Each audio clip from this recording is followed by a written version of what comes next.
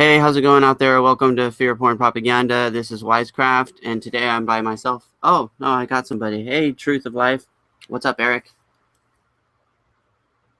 Okay, I guess he doesn't have his mic hooked up yet. Anyway, so I'm gonna go over something that Anon gave me. He isn't able to pop in today because of the job situation. He came in, but then he gave me some notes and stuff, and he said, like, work on this today and see if that works out.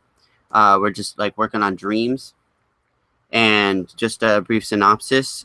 Basically, dreams is a series of feelings, images, sensations, and metaphors that are projections of our internal subconscious mind during sleep.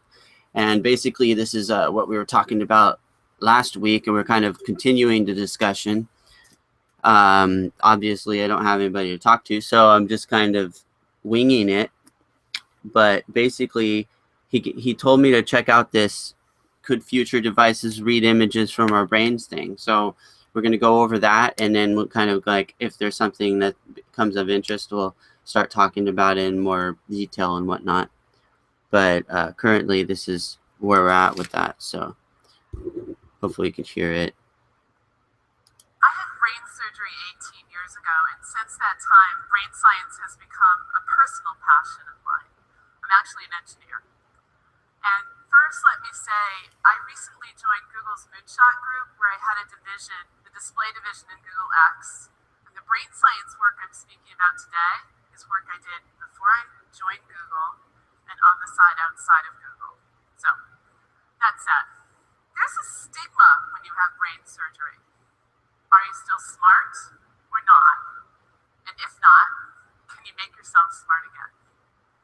After my neurosurgery, part of my brain was missing, and I had to sort of deal with that. It wasn't the gray matter, but it was a gooey part dead center that makes key hormones and neurotransmitters. Immediately after my surgery, I had to decide what amounts of each of over a dozen powerful chemicals to take each day. Because if I just took nothing, I would die within hours. Every day now, for 18 years, every single day, I've had to try to decide the combinations and mixtures of chemicals and try to get them to stay alive. There have been several close calls, but luckily, I'm an experimentalist at heart. So I decided I would experiment to try to find more optimal dosages, because there really isn't a clear roadmap on this that's detailed. I began to try different mixtures, and I was blown away by how tiny changes in dosages dramatically changed my sense of self, my sense of who I was, my thinking, my behavior towards people. One particularly dramatic case, for a couple months I actually tried dosages and chemicals typical of a man in his early 20s. And I was blown away by how my thoughts changed. I was angry all the time. I thought about sex constantly, and I thought I was the smartest person in the entire world. And of course, over the years I'd met guys kind of like that, or maybe kind of toned down versions of that. I was kind of extreme. But to me, the surprise was I wasn't trying to be arrogant. I was actually trying, with a little bit of insecurity, to actually fix a problem in front of me. And it just didn't come out that way. So I couldn't handle it. I changed my dosages. But that experience, I think, gave me a new appreciation for men and what they might walk through. And I've gotten along with men a lot better since then. What I was trying to do with tuning these hormones, neurotransmitters, and so forth was to try to get my intelligence back after my illness and surgery, my creative thought, my idea flow. And I think mostly in images. And so for me, that became a key metric. How to get these mental images that I use as a way of kind of rapid prototyping, if you will, my ideas, trying on different new ideas for size, playing out scenarios. This kind of thinking isn't new. Philosophers like Hume and Descartes and Hobbes saw things similarly. They thought that mental images and ideas were actually the same thing. There are those today that, dispute that, and lots of debates about how the mind works, but for me it's simple. Mental images are, for most of us, are central in inventive and creative thinking. So after several years, I tuned myself up and I have lots of great, really vivid mental images with a lot of sophistication and the analytical backbone behind them. And so now I'm working on how can I get these mental images in my mind out to my computer screen faster. Can you imagine, if you will, a movie director being able to use her imagination alone to direct the world in front of her, or a musician to get the music out of his head? There are incredible possibilities with this as sort of a way for creative people to share at light speed. And the truth is, the remaining bottleneck in being able to do this is just upping the resolution of brain scan systems. So let me show you why I think we're pretty close to getting there by sharing with you two recent experiments from two top neuroscience groups. Both used fMRI technology, functional magnetic resonance imaging technology, to image the brain. And here is a brain scan set from Giorgio Ganis and his colleagues at Harvard. And on the left-hand column shows a brain scan of a person looking at an image. The middle column shows the brain scan of that same individual imagining seeing that same image. And the right column was created by subtracting the middle column from the left column, showing the difference to be nearly zero. This was repeated on lots of different individuals with lots of different images, always with a similar result. The difference between seeing an image and imagining seeing that same image is next to nothing. Next, let me share with you one other experiment, this from Jack Gallen's lab at Cal Berkeley. They've been able to decode brain waves into recognizable visual fields. So let me set this up for you. In this experiment, individuals were shown hundreds of hours of YouTube videos while scans were made of their brains to create a large library of their brain reacting to video sequences. Wow. Then a new movie was shown with new images, new people, new animals in it, and a new scan set was recorded. The computer, using brain scan data alone, decoded that new brain scan to show what it thought the individual was actually seeing. On the right-hand side, you see the computer's guess, and on the left-hand side, the presented clip. Wow. This is the jaw dropper. We are so close. That's to being able crazy. to do this. We just need to up the resolution. And now remember that when you see an image versus when you imagine that same image, it creates the same brain scan. So this was done with the highest resolution brain scan systems available today, and their resolution has increased really about 1,000-fold in the last several years. Next, we need to increase the resolution another 1,000-fold to get a deeper glimpse. How do we do that? You know, there's a lot of techniques in this approach. One way is to crack open your skull and put in electrodes. I'm not for that. There's a lot of new imaging techniques being proposed, some even by me, but given the recent success of MRI, first we need to ask the question, is it the end of the road with this technology? Conventional wisdom says the only way to get higher resolution is with bigger magnets, but at this point, bigger magnets only offer incremental resolution improvements, not the 1,000-fold we need. I'm putting forward an idea, instead of bigger magnets, let's make better magnets. There's some new technology breakthroughs in nanoscience when applied to magnetic structures that have created a whole new class of magnets. And with these magnets, we can lay down very fine detailed magnetic field patterns throughout the brain. Interesting. I could use that information for my machine. Actually create holographic-like interference structures to get precision control over many patterns, as is shown here by shifting things. We can create much more complicated structures with slightly different arrangements, kind of like making spirograph. So why does that matter?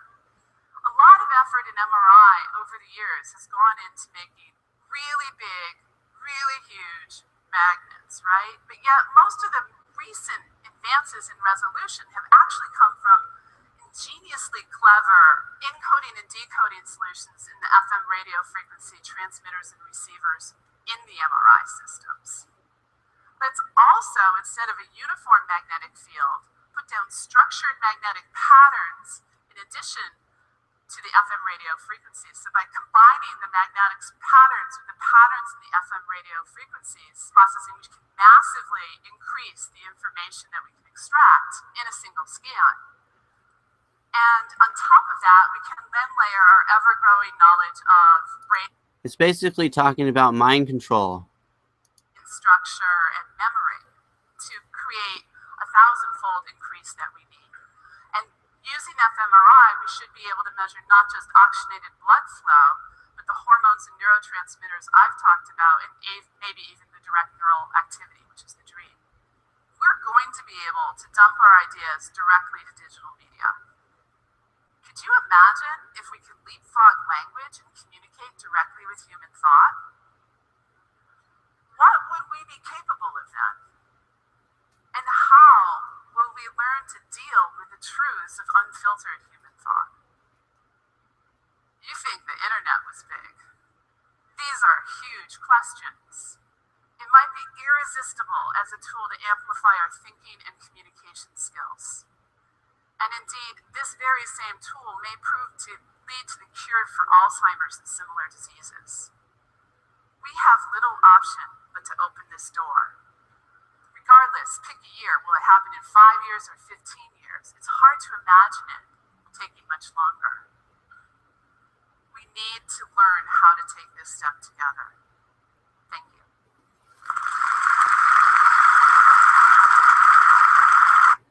Alrighty, so that's very interesting. Made me think about the aspect of downloading our dreams, basically uploading our dreams into consciousness and then downloading them back so we can like replay them instead of wondering what we dreamt about and if we got it right when we were trying to explain it to somebody in the future. My whole thing about that is when you're remembering dreams, that's the REM sleep, that's the representation of like messages, and that brings to mind I have like a couple of things, the Dreamer's Dictionary and the Dream Book.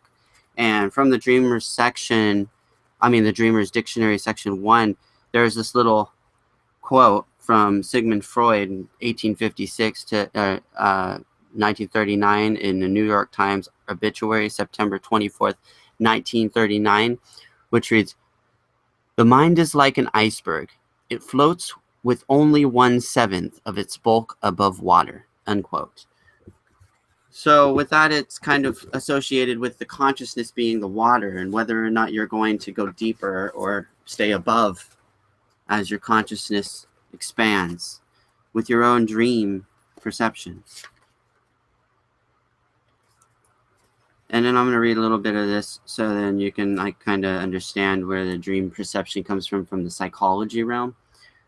And then we'll kind of go into a little bit of these notes and then kind of just, search the net like until someone comes in and wants to talk to me.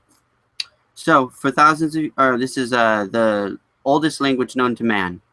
For thousands of years, mankind has been captivated and perplexed by memories of experiences arising when his physical consciousness is at rest, sometimes vague, sometimes vivid. These memories have become an integral part of every culture on this planet. Historical records and literature are filled with accounts of dreaming, and in every case, man has searched for a reason for these phenomena.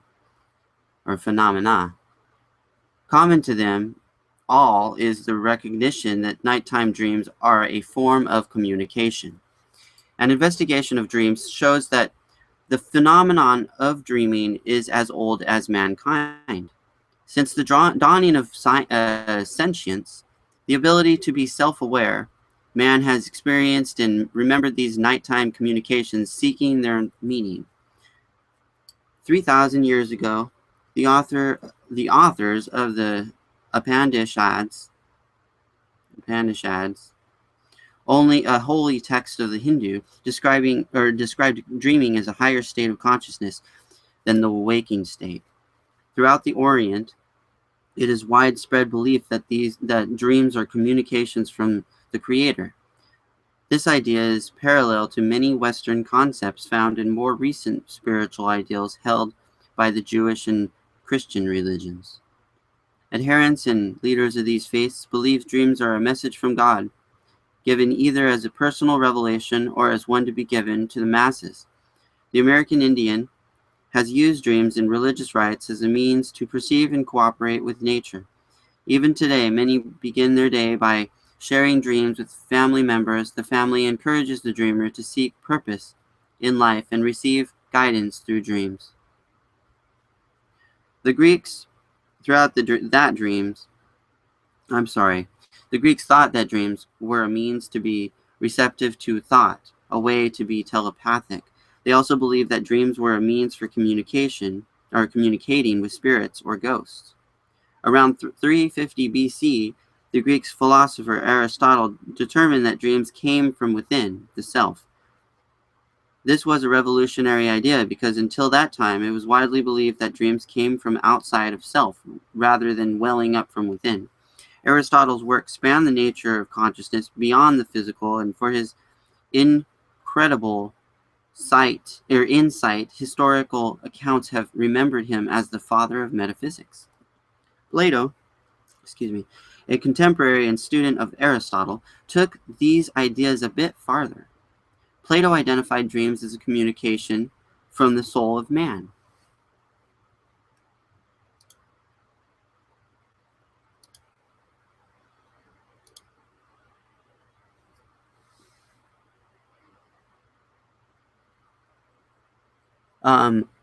Welcome on in, Zoltan. Interesting point. He says, mind control already exists. We have radio, TV, internet, LOL. A fact, occurrence, circumstance observed and observable to study the phenomena of nature, and something that is impressive or extraordinary.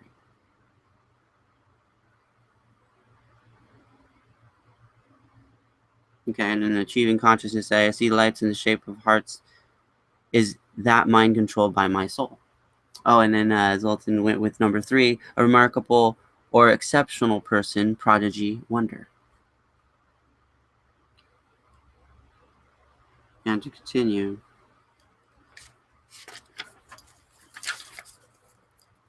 2,000 years transpired before an Austrian named Sigmund Freud, the father of modern psychoanalysis, determined that dreams were about the dreamer. He called dreams the royal road to self-knowledge, magnified by his contemporaries and too often by modern fame filled with cliques. Freud's revelations are often misconstrued and falsely conveyed.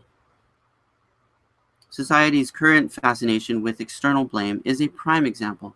In reality, a study of his discoveries reveals that individual accountability and understanding became cornerstones of Freud's later research. Freud's life was dedicated to the constant pursuit of answering the question why, and many of the answers he discovered elevated mankind's awareness of personal responsibility originating with and emanating from self.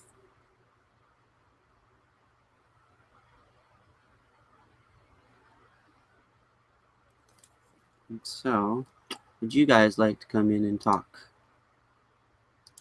Let's see. Let's see if I can find you. Zoltan. Yes. And philosopher. Welcome on in to the chat. You can come on in. I'll invite you if you'd like to talk.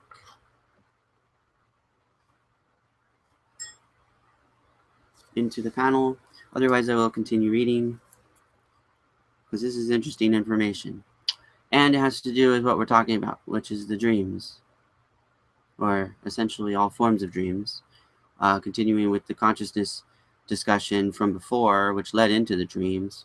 It's very strange how all these things go because we end up going from one thing to another, which leads us to whatever we're going to discuss. And we have no idea what we're going to discuss until we're discussing it, which is a fascinating experience altogether.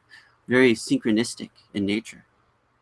So, to continue, Freud's insight into man's capabilities and self-determination caused his contemporaries to consider that man was more than a plaything of God or of physical science.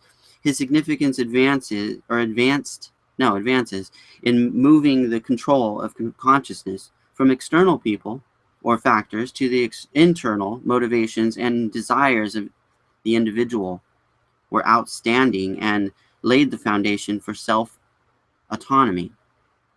Freud realized that dreams were an important part. Oh, actually, just a side note on the autonomy, that makes me think of hypnosis. So let's see if that comes to pass. Freud realized that dreams were an important part of unlocking the considerable potential of each individual. He realized that dreams held symbolic keys to the nature of dreamers' consciousness. What Freud did not live long enough to discover was the Rosetta Stone for understanding the language the inner mind speaks, the universal language of mind. That's an interesting thing. So let's look up that and find out what that's about, because that's something that probably will lead us somewhere in a interesting direction. So the universal language.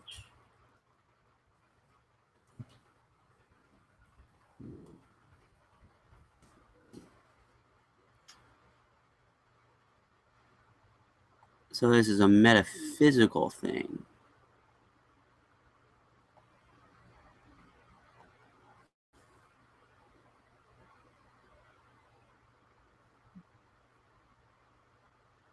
All right, well, this guy seems to convey it well, so let's watch that and see what happens.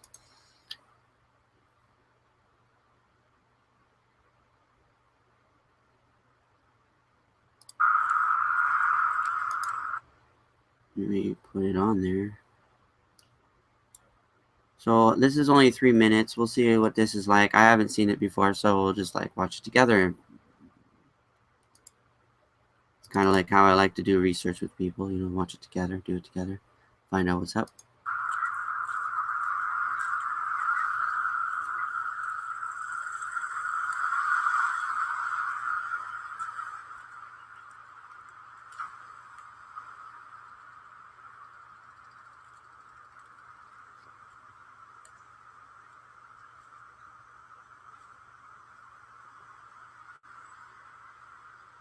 So you can read it.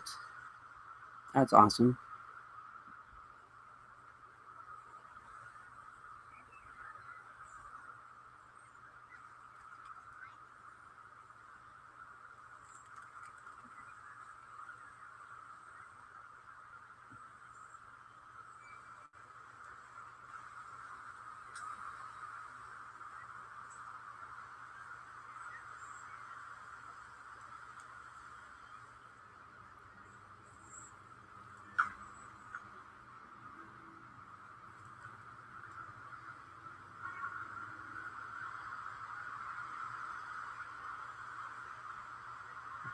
Huh.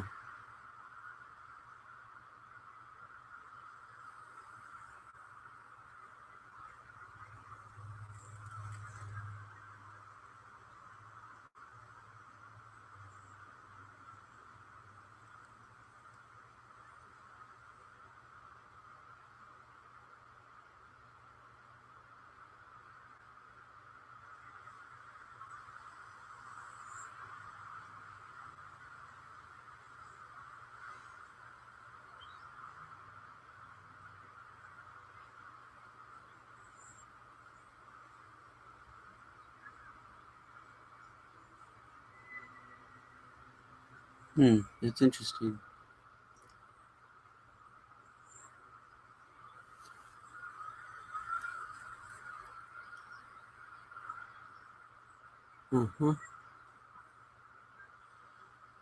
Transhumanism connection.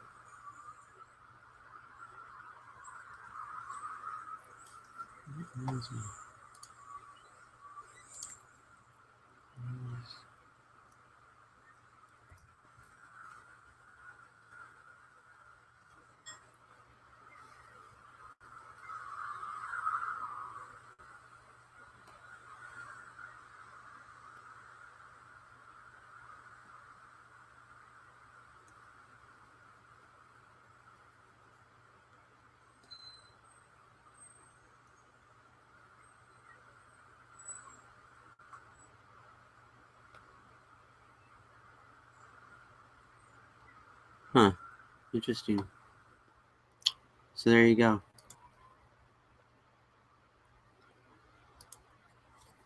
That's, I guess, the universal language of mind from a deaf person perception, which is pretty good because we need to get like all types of people's perceptions, and they understand a different way of speaking. So decades of research conducted by faculty at the School of Metaphysics in this century conforms and advances the realizations of history's great thinkers. It reveals bold and innovative insights into the nature and usefulness of this communication. Our studies show that dreams are dual in nature, being both universally understandable and personally relevant to the dreamer. Investigations reveal two principles which universally hold true in understanding dreams. One, the first principle, recalling the theories of Aristotle and Freud, is that every dream is about the dreamer, for it originates in the inner subconscious part of man. In spiritual literature, this inner subconscious mind is referred to as the soul. The second principle, number 2, builds on previous observations by recognizing that everyone and everything in the dream is the dreamer. The dream's theme, characters, and action comprise a message for and about the dreamer when interpreted in the native language of the soul, what we have termed the universal language of mind. The discovery of this language is the most profound revelation of our research. It is innovative because it differs from what is commonly accepted about dreams, and therefore in the awareness of the average person. Dreams are communicated by using language beyond the language of our physical life, beyond English or Chinese or Latin. This language is a universal language of images or pictures, distinctly separate from man-made representations of thoughts known as words. Images in the universal language of mind symbolize specific functions of mind and qualities of consciousness. All classical and spiritual literature of the world is penned, at least in part, by drawing upon this universal language.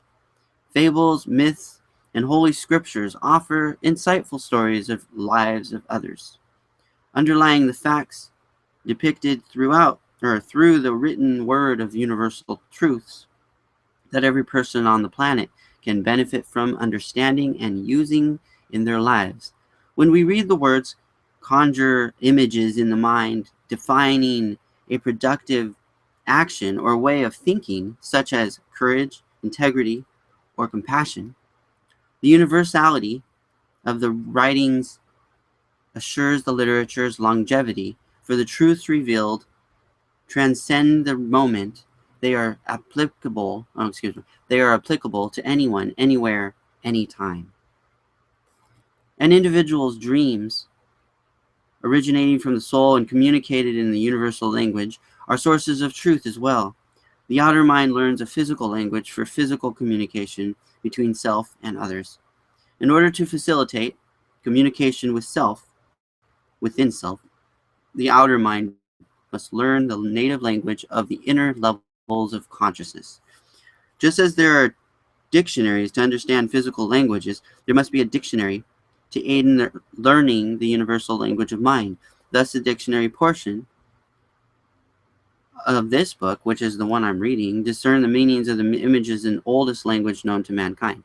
Because you could take anything that you experience in your dream and you write it down like it's a noun, and then you look it up and you put it back in the dream instead of what it was is the noun. You have it be the emotion that's from the book and that experience. Then you go put that back in the storyline of your dream, and then you understand what the hell your message is in your dream. And that's what this is about. Which brings us to conscious thinking and subconscious thinking. There is a difference. You're probably well aware of the cliques arising from Freudian interpretation of dreams. Ideas that if you dream you want to kill your mother, or that this signifies some deep-seated unconscious yearning to actually be rid of her presence, do not make good common sense. If someone really wants to kill hers or her mother, they will contemplate this action while awake. They do not have to go to sleep in order to think about it. Every dreamer knows that. Dreams occur when the conscious mind is inactive, having been disconnected from the senses of the body, and therefore what is happening in the outer environment. Whereas during the waking state, associated thoughts arise from this outer contact. They do not occur when the conscious mind is disconnected. The telephone may ring, a neighborhood dog may bark, your spouse may come to bed, all without your knowledge because you are sleeping. During sleep, we are also, in effect, disconnected from thinking, as is created and occurs in the conscious mind. Lacking awareness, conscious thoughts of whether or not to answer the phone do not arise, and we slumber peacefully. Which brings us to his notes. There is scientific study of dreams called oneirology, which comes from the Greek oneron, meaning dream, and logia, or logia, is study of. This field of study started gaining momentum in the 1950s when experiments using EEG, electroencephalograph, yeah, that's a long word, okay, electroencephalograph, measurements revealed that electrical activity in the brain during this stage of sleep, known as REM, very closely resembled the electrical activity during regular conscious awaking. As we went on earlier in the book, archaic beliefs about dreaming, early recorded evidence dating back to ancient Greece about 5,000 years or so, shows that the ancient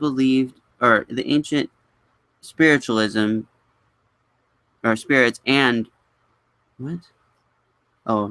believed dreams were a link to another world where communication with God's ancestors, spirits, could also be used to predict the future. So we can use dreams to predict the future if you learn how to communicate with your dream self or your dream presence, whatever you call that. The people, the person, all those people in your dream are you. They're pieces of you. If you can figure out how to communicate with them, then you can get messages from the future, is what that's talking about. So there were spiritual practices where people would attempt to divinate prophetic messages from the dream world. And that makes me think of Edgar Cayce, because he would go into a dream state, kind of a trance, and he was called the sleeping prophet. So he would literally, read people without cards, essentially, just like in his mind. He'd be like, okay, you have this, you have that, there's this inside of you, you need to. So, and he'd go into like their past and everything. Look it up. It's very fascinating information. Anyway, you have. We'll come back to that. So, the other thing is the dream symbols I wanted to get into.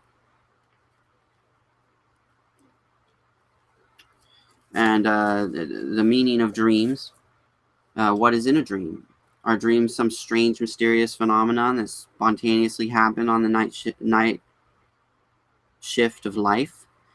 Or is there some deeper meaning behind this universal experience?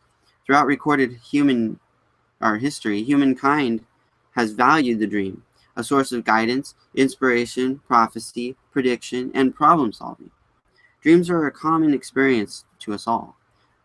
They know no boundaries between young and old, rich and poor, races, religions, and nationalities. In every culture, we find some version of sleeping on a problem, in quotes, before making a decision.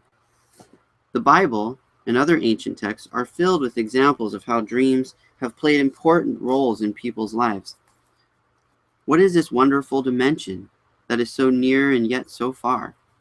To understand the real meaning of dreams, we must delve beneath. I just put deep where there was no deep. That's weird.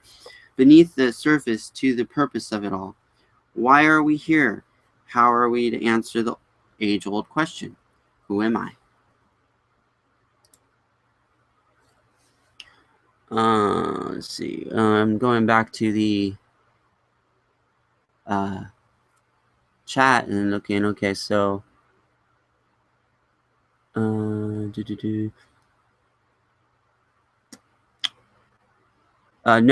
to answer your question, Zoltan, I'm not religious. I have a list. I have a list of fluctuates between truth and lies, and it fluctuates based on research. And I don't really believe anything, except for maybe that list.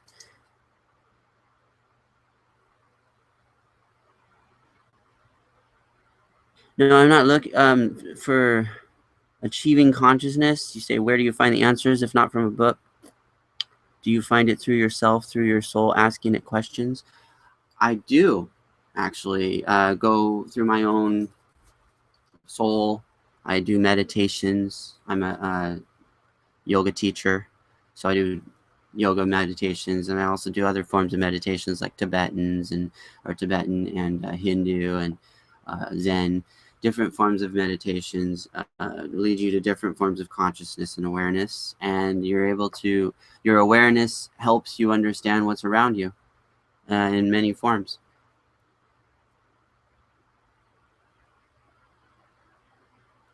Yeah, clean consciousness is a good thing to have. I agree. But as far as the reading of the books, yeah, I have these books. I have done the research into dream psychology, and I just wanted to present it to the people out there, whoever's listening. So if they wanted to go and do their own research on it, it's just another thing I put on the list. Isn't it? And I don't necessarily believe it works, but it may. There's situations I've had it work with for me as far as my own experience, but I don't expect other people to have the same experience. Everybody's different out there, do your own research and find out whatever you may. And that's my philosophy on that. So to continue, you can come in and talk to me if you'd like. I sent you the invite. We are interdimensional beings. Dreams begin to awaken us to the fact that we are spiritual or interdimensional beings in the third dimension or time-space, but not of it. They are like a letter from the higher self to the conscious mind. They awaken us to higher resources of knowledge within ourselves, giving us information on what is happening in our daily lives and how to meet and move through the problems that face us. Dreams also give us information on the future, so we are forced to ask, how could I know a thing like that?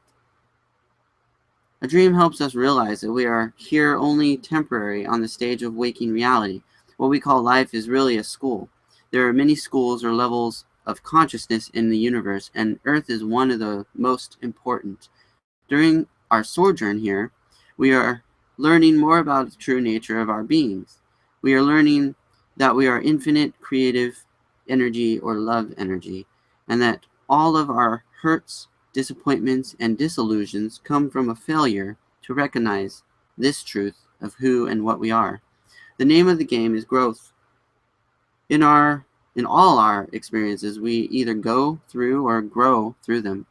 If we just go through them, then we will repeat them again and again until we learn the lesson behind the appearances. If we grow through them, we are free to move on to the next step in the learning process. But to understand more about the game of growing and learning, we will look to two age-old concepts, karma and reincarnation. Lessons in learning. The interwoven concepts of karma and reincarnation were hard for me to swallow, coming from a fundamentalist Baptist background. But as I learned more and more through my channel, I began to realize they made a lot of sense. These ideas have been known in both Eastern and Western traditions since early times, and once had wide acceptance in the Christian church, early Christian church. Reincarnation suggests that a person is basically a spirit consciousness which takes on bodily form and is born lifetime after lifetime. Reincarnation is the natural, normal process of the evolution of the soul. The soul is the etheric or energy body, the eternal part of our beings. It is neither male or female, but an integration integration of energies. Sorry, I butchered that. You have layers or energy bodies within the soul, which you shed as you go to higher levels of spiritual awareness. A physical death, you shed the earth body as a coat, which is the lowest of the energy vibrations. Once you have learned your lessons on the earth plane, have gained balance mentally, emotionally, physically, and spiritually, you then go to the celestial plane and live in a much higher energy level. Each soul chooses how fast it wishes to progress. Between incarnations and in the dream state, at night one receives teachings. When the soul returns to earth, to time-space awareness, it brings back knowledge and training and works to put into practical application while in the body. Each being designs a plan for growing before an incarnation, what it hopes to achieve in that lifetime, what karma it wishes to work out. The soul is free, once it incarnates, to go ahead with the plan or change its mind. Your teachers, of course, are going to be there encouraging you to get on with the program, but you are free to do whatever you want to do with an incarnation. Karma refers to the law of cause and effect, which governs one experiences over collective lifetimes and within the individual lifetime. Karma means you sow, you reap. It is the principle of individual responsibility which underlines all teachings of my channel. To work effectively with the dreams, we must recognize that we control our own destiny through our thoughts, words, and deeds. We have to relinquish our martyr and victim mindsets and accept responsibility for what is going on in our lives. Then we will benefit from dreams as tremendous teaching source. So we'll come back to that. And then I want to get back to his notes. So then the Tibetan dream yoga, which I was kind of going over a little bit earlier, is one example of Buddhist meditation using dreams. The discipline regards the phenomena of dreaming as illusory. Whereas if you study Buddhism, you will know that common belief is that all phenomena of the universe is essentially illusory. Dream yoga would be an advanced form of meditation. People who have practiced dream yoga have been able to visit lands they've never managed to get to in the waking state. And then you have collective consciousness, or collective conscience, which is transmission, is a communication of mind streams though at the substratum there is a mind stream singularity for oneness. This closely relates to the Tibetan Buddhist approach. And then you have the psychology of dreams, which is the more Western approach. Research proved in the early 70s presence of lucid dreaming. Other research shows that you can use dreaming states to improve performance, such as areas of sports or various physical and mental endeavors. So think about that for the perception of transhumanism with dreams, and then you can mix that up with what that woman was saying, how they can kind of download them and upload them through the computer process of figuring out its code. Then you have quantum connection with that, and then you have essentially a psychological perception of a dream, which would be a lucid dream. So you could lucid dream in a mental state of your own creation that's all digital in a sense, and then travel through it. But you can do that already when you're in a waking, kind of in a, hypnagogic state.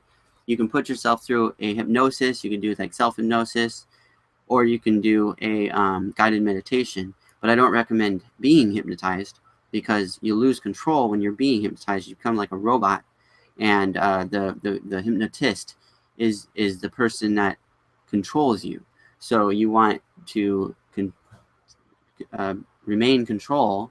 So you need to be conscious, aware, and when you're doing guided meditation, you're consciously aware still. When you're hypnotizing yourself, you're still consciously aware.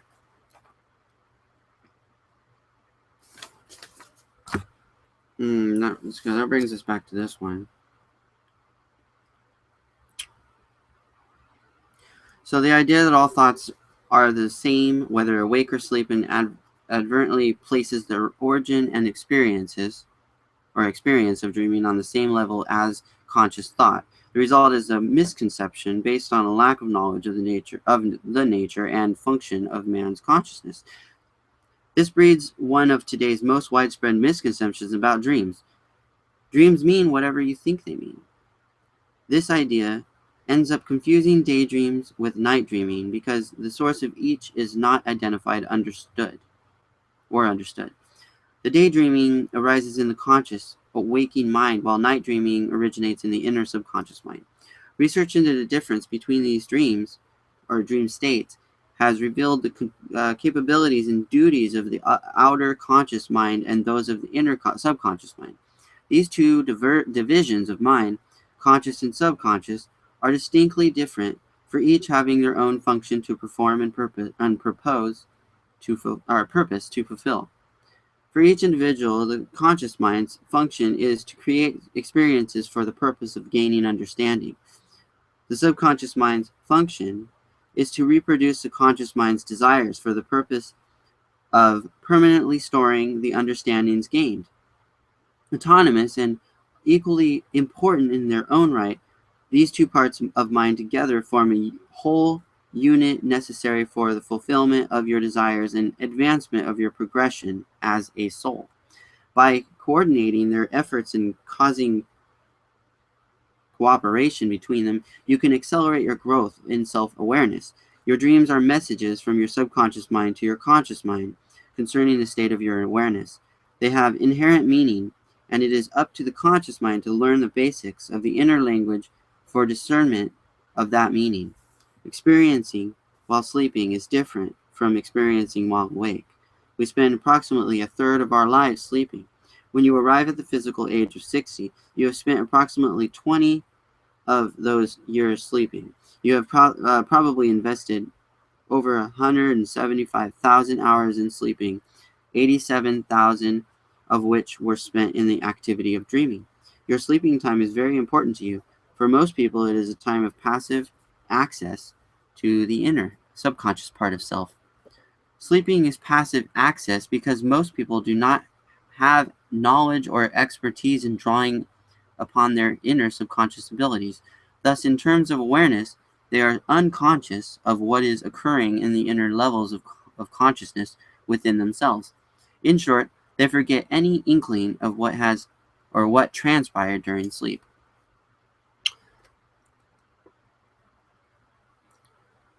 Answer to questions.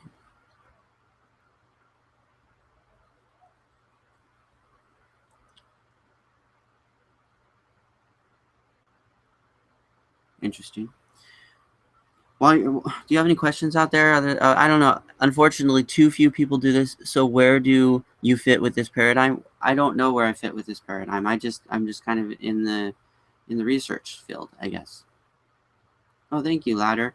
Would you like to come in and talk? I tried to invite you earlier.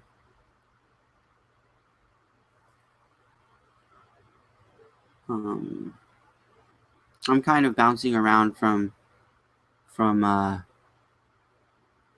Anon's notes to a couple of books, and we did a Anon gave me something on a TED Talk, which kind of helped us understand a little bit of a transhumanism connection to our dreams, where that's headed.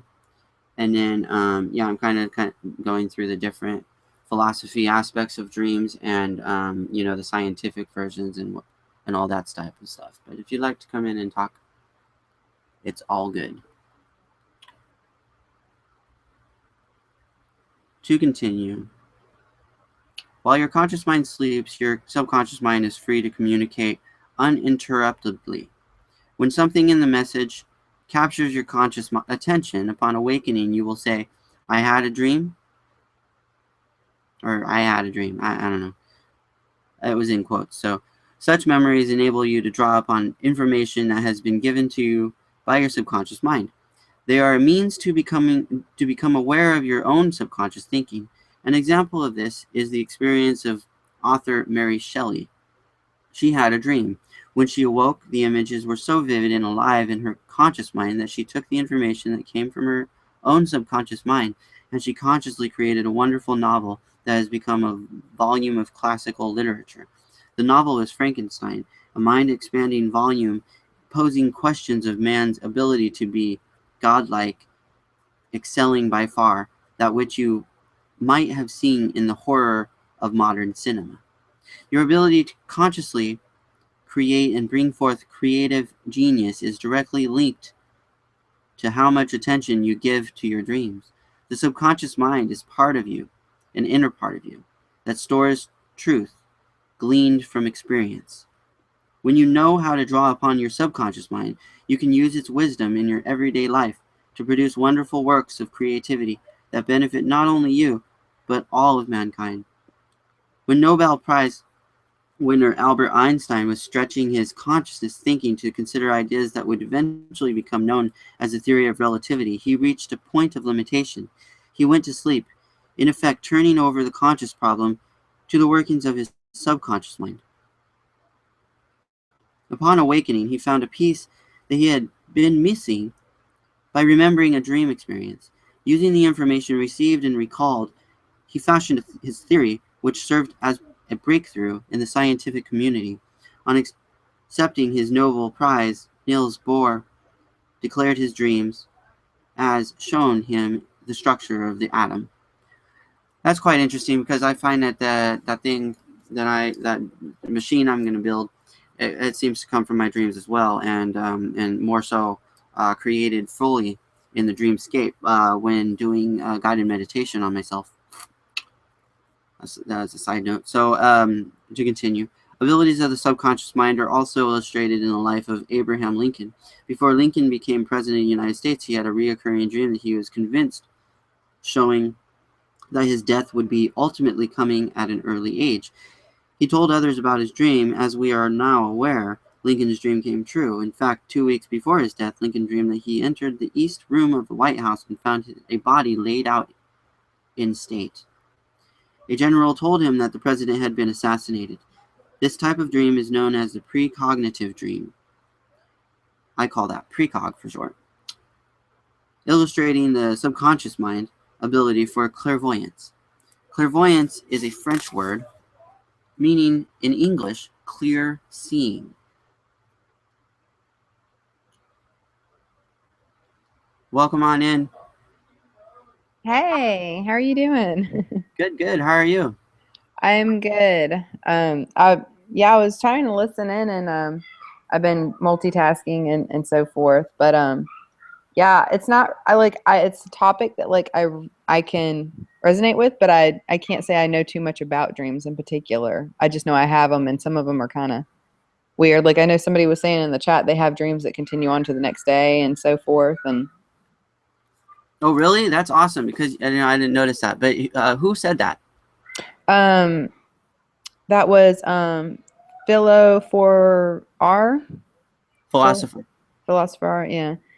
I see that. Some of my dreams carry the next day. Flash memory isn't the last dream when I feel tired. That's interesting, philosopher, because I have a dream. I call it a reoccurring dream. I mean, not reoccurring, continuation dream.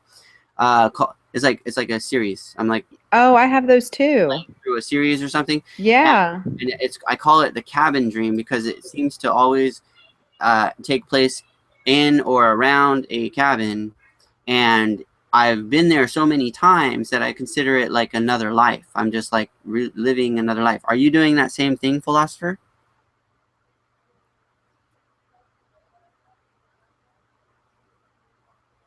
It's a swift memory, so very short like a slice. Yes, and when you go to that other location, does it do you get memories from the previous times you were there? Like you remember, oh yeah, I was there, I did this that last time I was here, kind of thing. And does it fill in between, like these times that you weren't there? It's like you have memories of being there even though you weren't there? Because that's how I experience mine. Plus, I've been there so many times, I've built up a whole landscape. Actually, that brings to mind, I could go into that. I could find my phone. I have notes of that. And maybe, who knows, wow. maybe we're going to the same place. That's kind of crazy. Yeah. You said a cabin? Yeah, a cabin. Well, the cabin in my experience, the cabin seems to be like a recreational place. The area or where I'm at or whatever, it seems like I'm with a bunch of preppers, and they have like kind of like a cult. You know, they wear the same clothing and stuff, but they're separated by like male and female or whatever, and then they come together at the cabin. So like when there's like when you're away from the cabin, like I'll be with the guys and the girls will be with the girls, but when we come to the cabin, it's like co-ed, you know. And there's also some sort of like seminars or something that goes on there that we all kind of like experience. It's very weird. So I have a notes that I've been writing down as I go through the experience, and I'll just kind of go through them, and you can get an idea of what I'm talking about. And as far as philosopher, maybe this will resonate with you because of your own experiences with that. So, okay, first of all, I have a couple of notes to see. So, so when you go into the cabin, or when I do, you have to sign in to this list for food, to get food. And when you sign in, you either sign in on the games or work.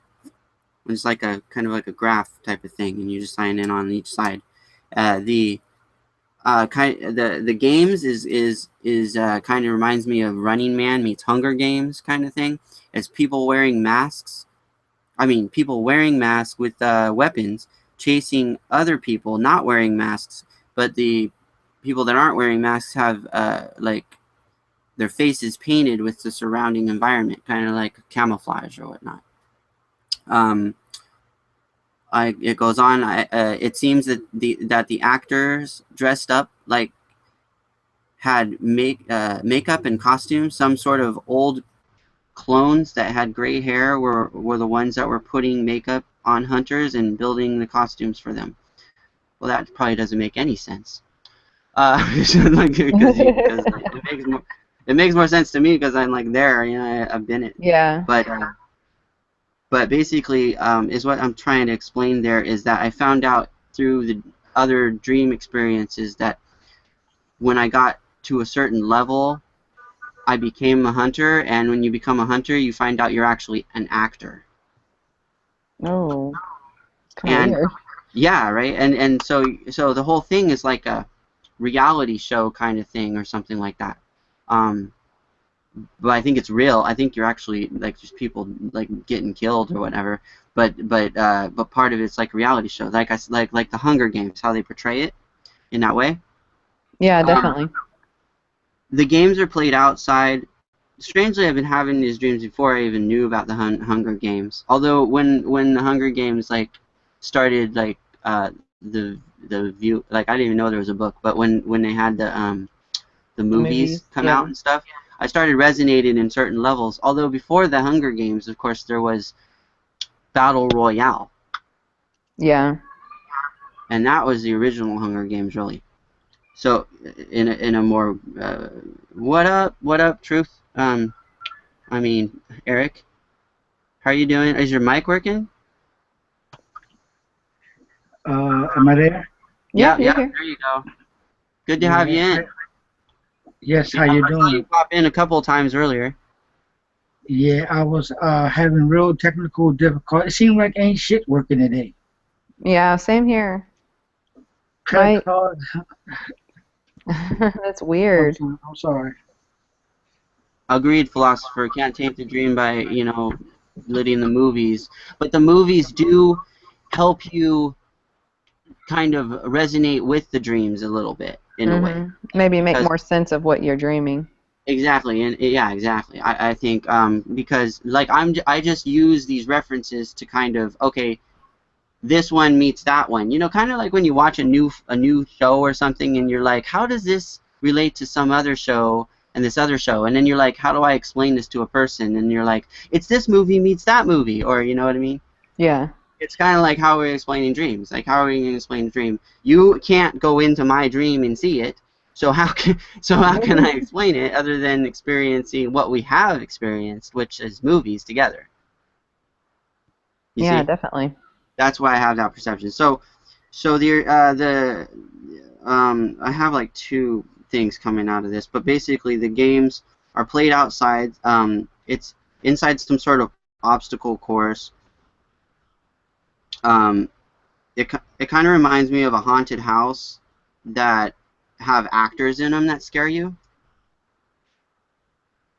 If you've ever been to those haunted houses where they, yeah, kind of like that in a way, except more realistic and more like Mad Max kind of thing, like real, you know, like it's really happening. The people must compete in an obstacle course, and the winners become the actors or hunters, and the losers become prey.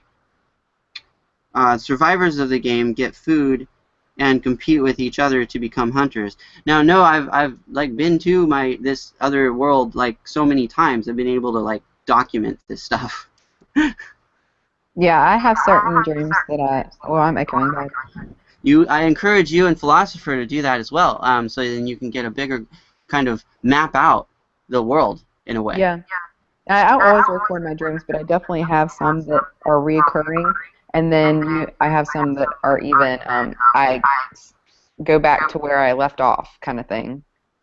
Yeah, I think the ones that I don't have reoccurring, but the ones this one that I keep going back to, it seems to like, even though like there's time that's happened between my waking life and then going back there.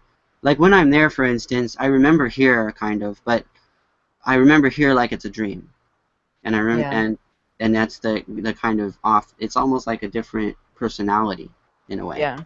And I'm shelving myself. So yeah, so you know, I mean, it's just a matter of jot down what you remember, like things like landscape areas, like horizontal, or I mean what's on the horizon around you, things like that, and as then much detail as you can. Yeah, that's what I try to do. Occurring usually are like just whatever. It's just like a different day, but something's happening, but the landscape's still the same. Mhm. You see what I'm saying? Like, does that happen for you too, Philosopher? Is it always the same landscape? Like, that's why I call it cabin dream, because it's always, I remember even though sometimes I'm not waking up in the cabin, I'm somewhere else, I eventually get to the cabin or something. You know what I mean? It's like, or like, I'm behind the cabin in that other world, in that other thing, this obstacle course thing. Now, the hunters are the actors that wear the costumes in the shacks. Oh, the shack is what the people there call it. And sometimes when I go there, it's like I know that there's people that are being tricked into going in it, and I'm trying to like warn them without kind of being like letting the other people know that I'm warning them in a way, like going, hey, you shouldn't go to the shack. No, it's a bad idea, because they make it seem in the dream. They make it seem like the shack is like this really cool place, and there's like 3 levels to it. So like the first level seems like a party. Second level seems like kind of a VIP party. Like you have to get picked from the party in order to get to the VIP party, and then from the VIP party you get to be prey. That's how that works. Very strange. That is very strange. So the work, if you sign up for work, then you end up just cleaning up after the games, which I think means like people parts and stuff. I'm not sure, but that's what and you prepare food. So, and I'm not sure what the food is either, because there is like, I remember one time I went down to the basement, and there was a secret, like there was like a closet for some reason in the basement, and then in the closet there was a secret door, and in the door, and through the secret door there was another kind of room which had like a bunch of old kind of shit, like stuff from the past, I guess, if you will, like stuff like records and books and things like that, you know, and kind of piled on top of each other on boxes and things like that. And there was also a bunk bed in there, I think, and on the right of that there was like a big like opening to like like one of those refrigerators, like in like a I don't know, like those big fridges in like places where where they have to store a bunch of stuff. You know what I mean? Like a meat locker. And, Yeah. and in there was food. So it was like you had to go like, but the food was all packaged and you couldn't see what it was. So I don't know what the food was. I just knew it was food. You know what I mean? And I was supposed to go down there and grab something for somebody upstairs, and that particular dream of being there. So that time I got to learn about the secret secret compartment, that there was a basement, all these things. You know, it's like I didn't even know that before I had that specific dream. And then, so what else? Yeah, if some people would say, pass the weed you smoking, Right? or would say that you would maybe be a little delusional. But I remember tapping into the dream world where it was me and my father, and the city was flooded. I remember water. I remember police cars coming down in the water. The police were dead, but they was floating in the water. I remember my mom not being there. And I remember saying that, you know what, I've had this dream 10 times now. So it was like, okay, now I'm alive in the dream and I'm aware that I'm there. So one time, I see a blue dragon in the water, and the dragon turns into Minister Jenkins, an old preacher from a church I used to go to. So when he pulled up on me, he was like, Eric, what's the problem? I was like, look at what you left me with. That was my response. Look at what you left me with. And I guess I was thinking the religious text. But I've had that dream multiple times, and Minister Jenkins has metamorphed a few times, just within that dream. Wow, that's interesting. You know, that brings to mind my I've had weird prophetic. I think they're prophetic things. I don't know what they are, but they always have to do with water, right? One of them, I think it was my first one, because they kind of the sequence seems to be like they're all connected in a way, but different time frames of the same connection.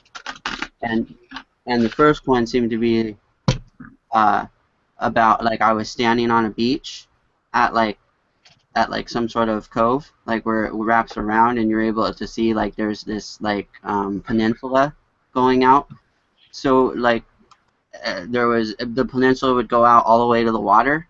So it was kind of like a thing that you could like walk up or down. And behind me was a cliff that you could walk. You would have to climb, to go up it. But then you could go around. There was like a ramp that would go up to like, I don't know, probably the parking area or something.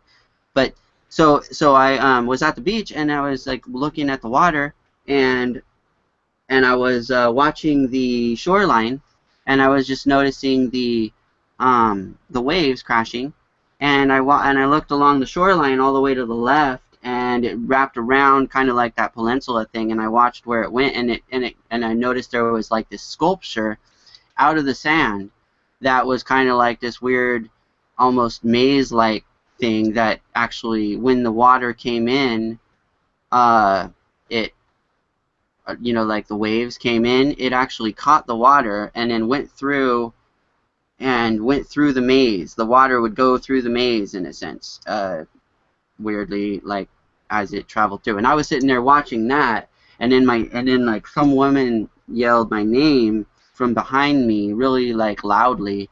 And so I turned around thinking that, it's nothing, no big deal.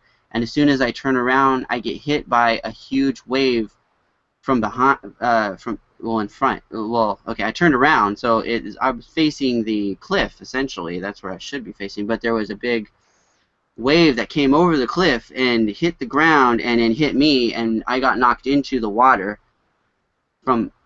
into the waves. And then that receded for a minute, and then started rising. The water started rising, and so I noticed everybody running one direction. So I just kind of ran the same direction, like it was that fight or flight moment, and heart's just pumping, and you're just like freaking out, don't know what's going on, and everybody's going one direction, so you're thinking, hey, I gotta go that way too. So you're running that direction, and everybody's going towards that peninsula so they can get on the cliff. Nobody's going up the ramp. I don't know why, but everybody's going up that. I think because it's probably getting filled up with water as well. And the water's filling up really fast, so everybody's running up this ramp at like really fast speeds, and people are trampling on each other, and it's just everybody for themselves. Nobody cares about anybody. And I was up at a certain level where I could see the water rising behind me at such a rate that there was little people that were underwater, still trying to come out of the water, like they were drowning essentially under the water, trying to run. It was that fast. It was like filling it up, and I was like ahead of that, but it was kind of like this idea of so many people running one direction. It creates like a river of people, and you turn around and try to go the other direction, and you get pushed right by the people. So what I noticed was there was a little kid that was ahead of me, and he was like small, and he kept getting pushed further and further to the left, off of the to the people, like from the legs, like it just kept getting like, and I noticed it, and then he went around and behind me, and then I was able, so I tried turning around and trying to go against the people, but the people kept pushing me. And so I was able to see, I got to the ledge, and then just in time to see this like kid get pushed off into the water, and then like the water kept rising, and I woke up in this kind of frenzy, like basically trying to get to the kid, like so I can help this kid. So that was that one, that one, I don't know, what that was all about, but that was the first water rising one I had. Wow. That is real interesting, and I like that. And I was just wondering, are you into dream interpretation, or are you afraid of it? Yeah, I'm. That's what the Dream Dictionary and the Dream book, the symbols for self-understanding is what I was reading earlier. They're associated with dreams, psychology, essentially taking you into your dream as you. So like everything that happens in your dream is pieces of you in a sense. Right. That's what I believe in. That in some cases, all the characters are me too. Yeah, exactly. Yeah. So like when you meet other people, it's like a certain side of you you're communicating with. Right. And you need to figure out which side. And the best way to figure that out is what emotion did you get from that? Oh, okay. One word emotion from the person. Like you saw this person and you got this certain feeling from that person. What was that feeling? And then you take that feeling, you put it in the place of the person, and then you understand your dream. Have y'all ever had dreams where you dreamed it and then it actually happened like the exact way that it was in the dream? Well, explain that again. What? Have you guys ever had any dreams where you dreamed something and then it happened the exact same way in real life? Yeah. Like a precog that actually came to pass type of thing. Yeah. Yeah, I have personally, but they're not like major scenario things, I wouldn't say. Right. They're mine wasn't either, but it was definitely prevalent. Like people, situations of trying to help somebody and they just don't listen. I'm a tarot reader, so like I read, and if you don't listen to the reading, then you basically go through whatever happened in the tarot reading. Yeah, I would say I pretty much fulfilled the dream, because when I first started off on this journey, I was studying under Seven Bomar, and I would watch the 13th Sun, and he would always say, "I'll visit you in your dream." So one night he shows up in the red hoodie, and he tells me to do what I do, but do differently, right? So that's what really pretty much pushed me to start making my videos. My first video was called 3 Minutes or Less. And that's how all this pretty much got kicked off, was from the dream world and me pretty much following the 13th Sun. Okay. To address you, philosopher, you said you dreamed of a bee going into your mouth. I wanted to tell you the dream dictionary or the dream book says bee is a wonderful integrative force, kinship with nature, maker of sweetness in life, also stinging thoughts and remarks, gossip, confusion of activity, letting little things bug you. So it sounds to me that there's something bugging you. As far as the mouth part, that probably has to do with communication. So let me see.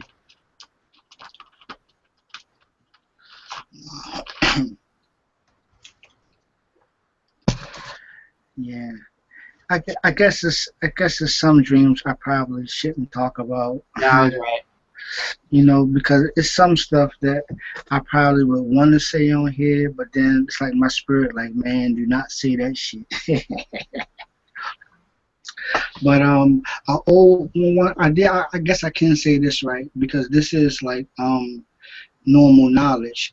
But I had a dream one time I was in this bingo hall and this old white lady, she came up to me and she was like, "Excuse me, sir," We'll but take later. she said, "Excuse me, sir, but every capital G in the Bible is for the grand architect." I was like, wow. So I like that right there was interesting. That's pretty much as far as I could go. You know, I pretty much have to stop right there. But that was interesting at a bingo hall. Yeah. Well, to address the mouth part of the philosopher, it says verbalization, communication, express yourself. Also, a big mouth, a gossip, monitor what you say about others, source for nurturing and sustenance. So it sounds like somebody's talking about you behind your back, and you're aware of that, and it's causing you to. I mean, that's what I'm getting from that. You know what I mean? It sounds like you're there's like a gossip thing that's happening, and it's bugging you. Yeah. That's what I would get from that interpretation. What do you think, philosopher? Because you're the one that actually is the determination of your own dream. Like you determine the actual message. We can only help you figure that out. That is true.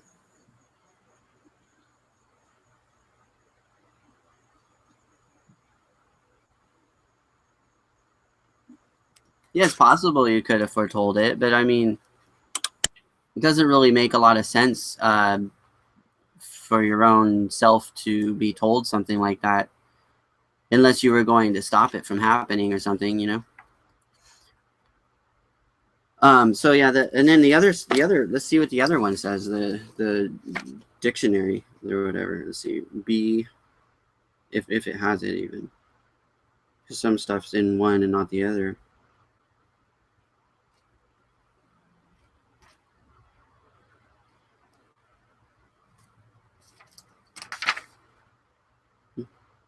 Yeah, it's not even in here. What about mouth? Probably mouth is.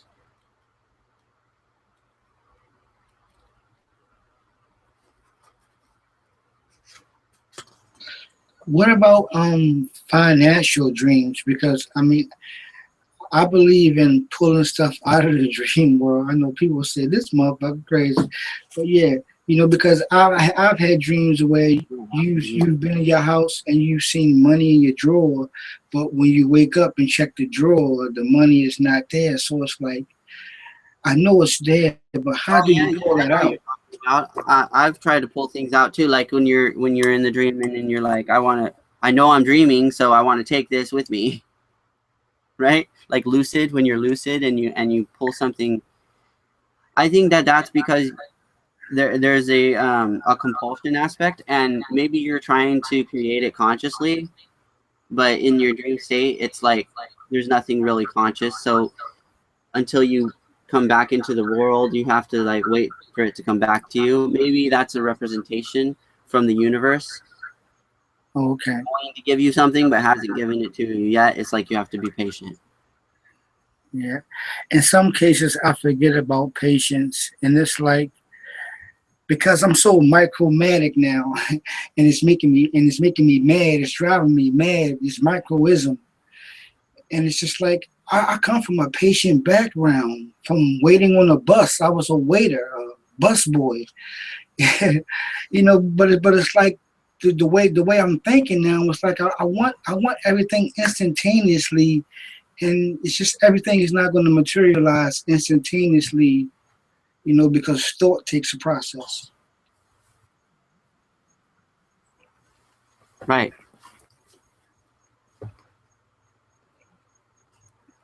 So what's did you want to talk about a dream or anything, or do you want me to continue that that cabin dream information? Yeah, What's up? yeah. Take me back to the cabin. Let's get back in the cabin. Okay, so for my notes, let's see what do I have here. Um, so I don't know if it's like a portal or another dimension.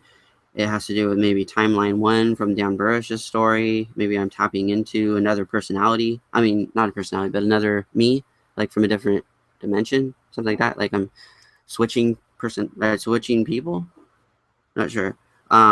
There's 2 other cabins that are behind the one we go in. Not sure who uses them. And there's a shack that looks like it used to be an amusement park, a ride or amusement park type of ride thing behind the 2 cabins. It's like 16 or 17 trailers pieced together like a puzzle to make 2-story high block. And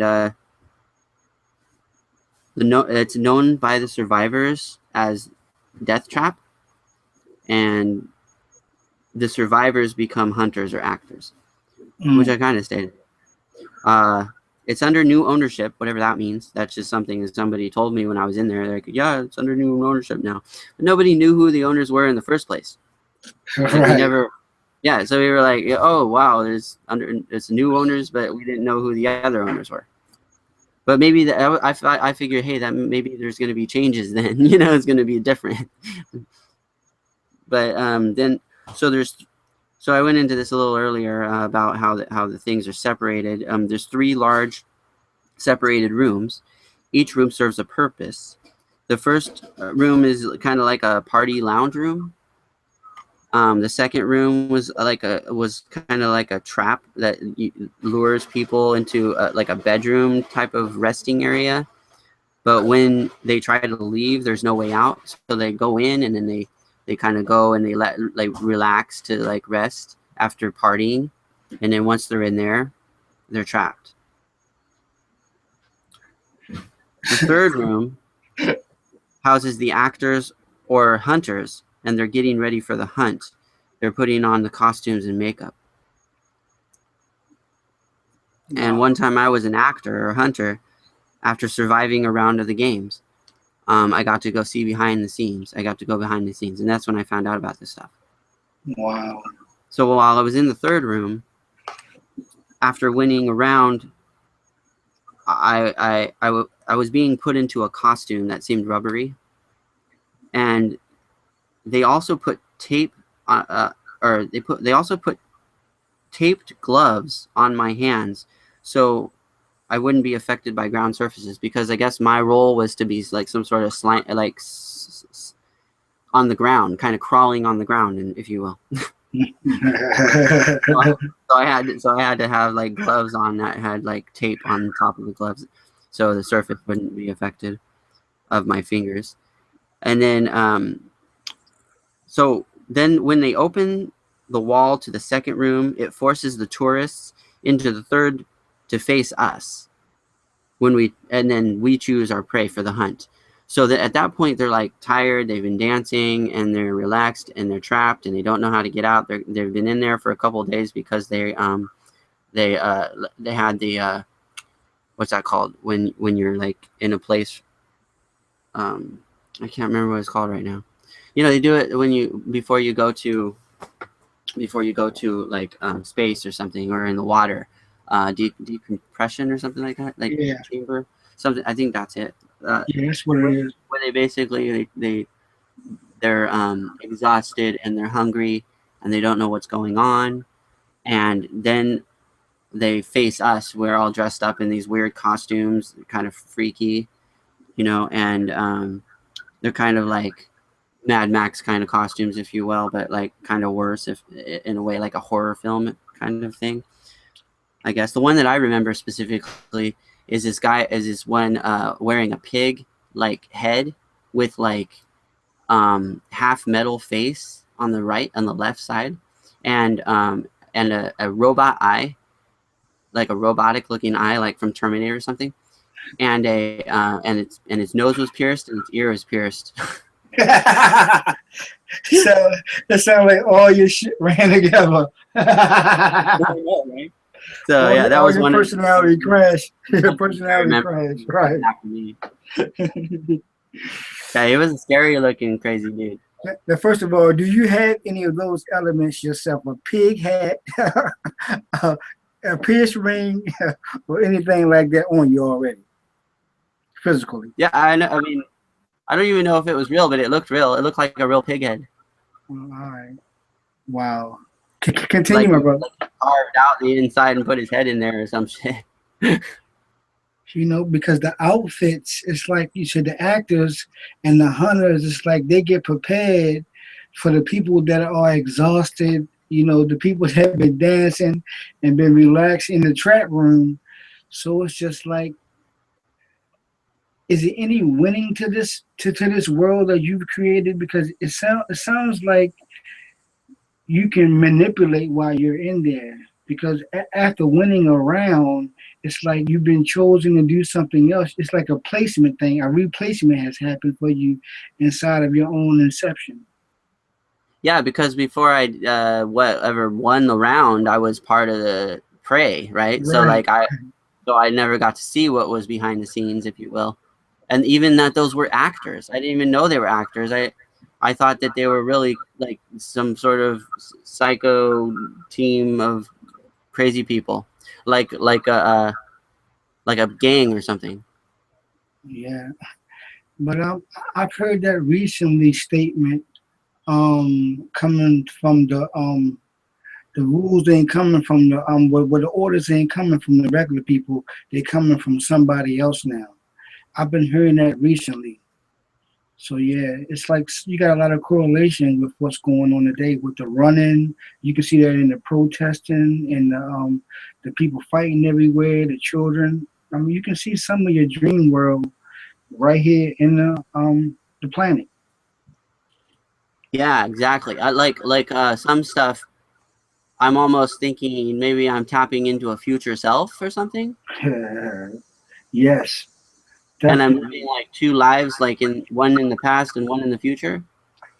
Yeah, because that's what you said you believe in anyway. You said you believe that you are living in your past, right? Isn't that your philosophy? Yeah, well, yeah, because I'm like in my own understanding, I'm like I have memories that haven't happened yet. Right, right. And pretty much you're saying, yo, he a bad motherfucker. But I was born here. It's not like I came here like Terminator, you know, on a weird Right, like round thing. right. But hey, you are a blessed seed. I mean, you're very unique. You know, I've always loved everything that you've talked about. I've never had a problem with any of your information because you are the ultimate researcher. You know, and you do your research on your show. Why you you know that's what I love about it. You got paperwork. Well, I'm humbled. Thank you. Yeah, you got paperwork, bro. It means a lot for you to. I'm just wondering how could you really contain all of this from the first moment you wake up. That's why it's just like wow, you sat down and wrote all that shit down and one or this accumulation of over and over time period of time with your dream.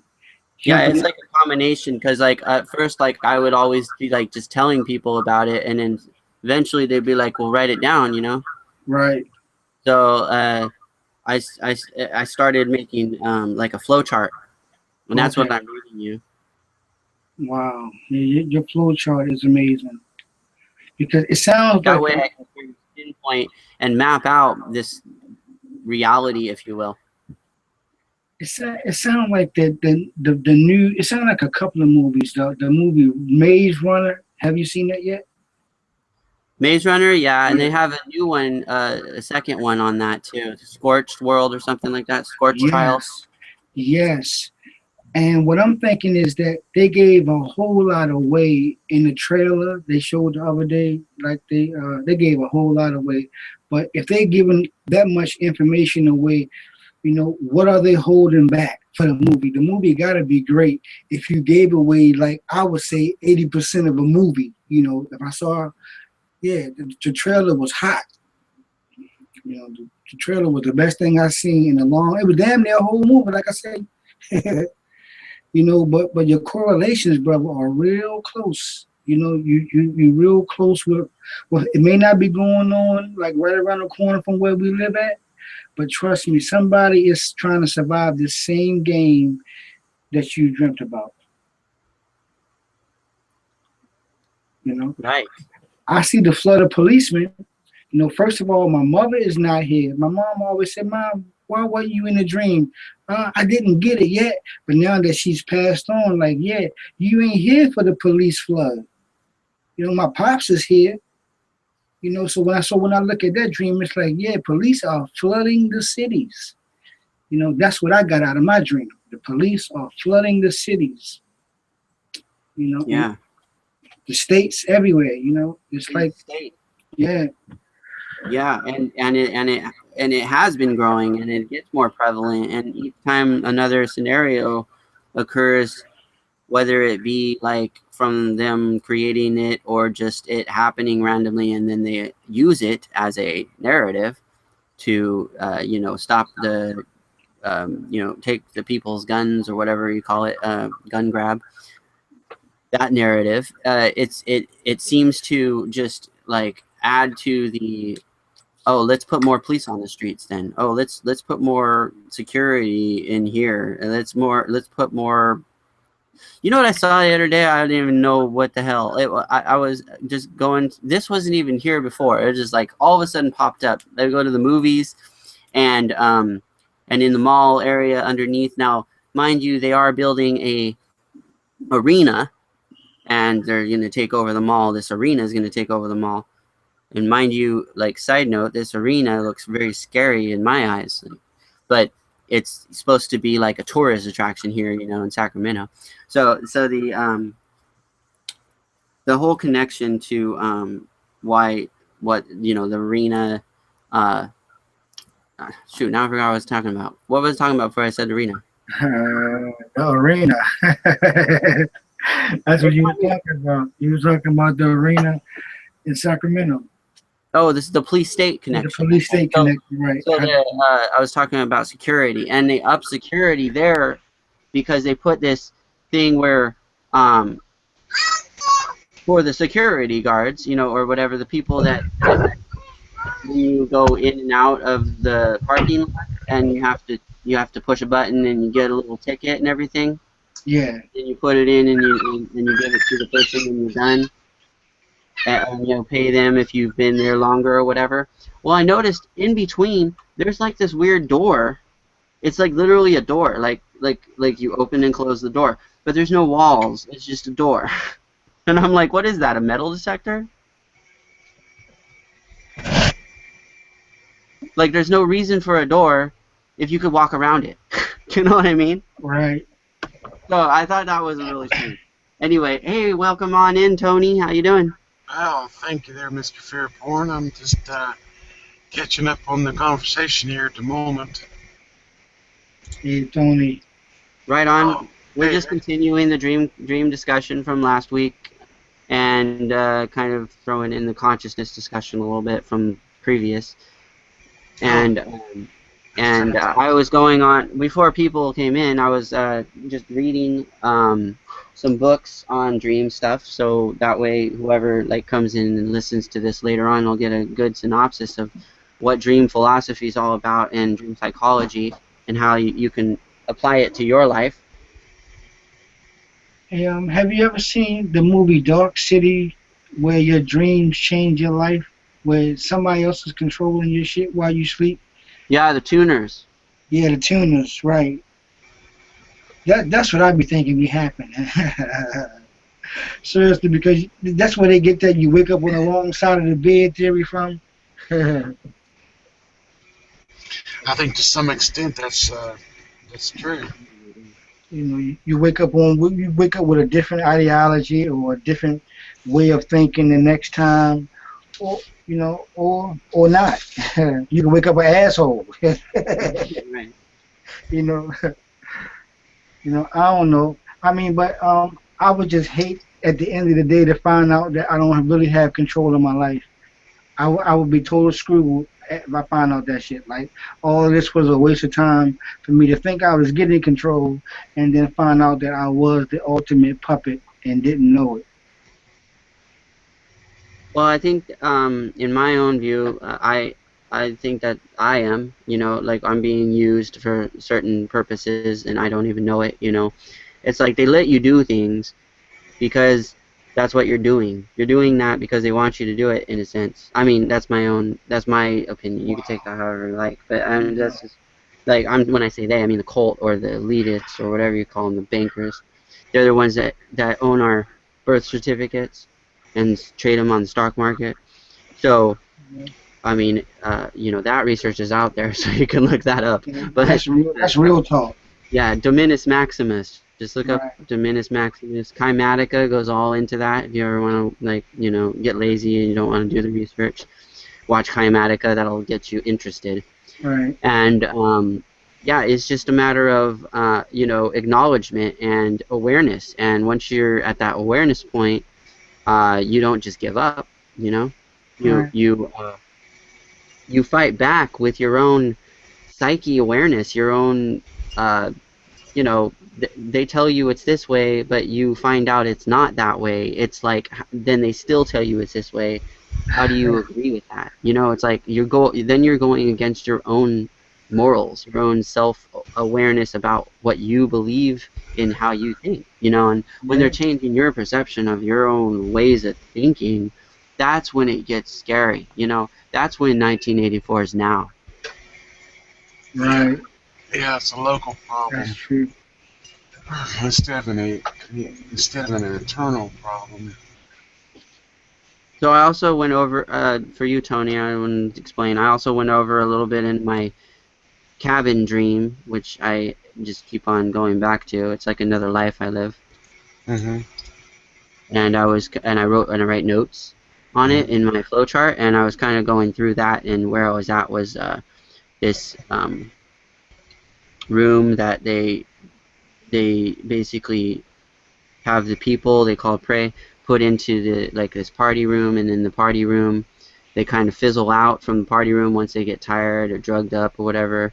Yeah, and then they go into another room to like rest or maybe get with each other or whatever, and then when they try to get out, they find out they can't get out, and then they're held in there for an indeterminate amount of time. They have no idea what time it is. They don't have a time like clock or anything, so they're exhausted and they're drugged up and they don't know what's going on. And then the other side of the room opens up, and all these people come out that are all like dressed up in these weird costumes, these scary looking costumes, like you're in a haunted house or some shit.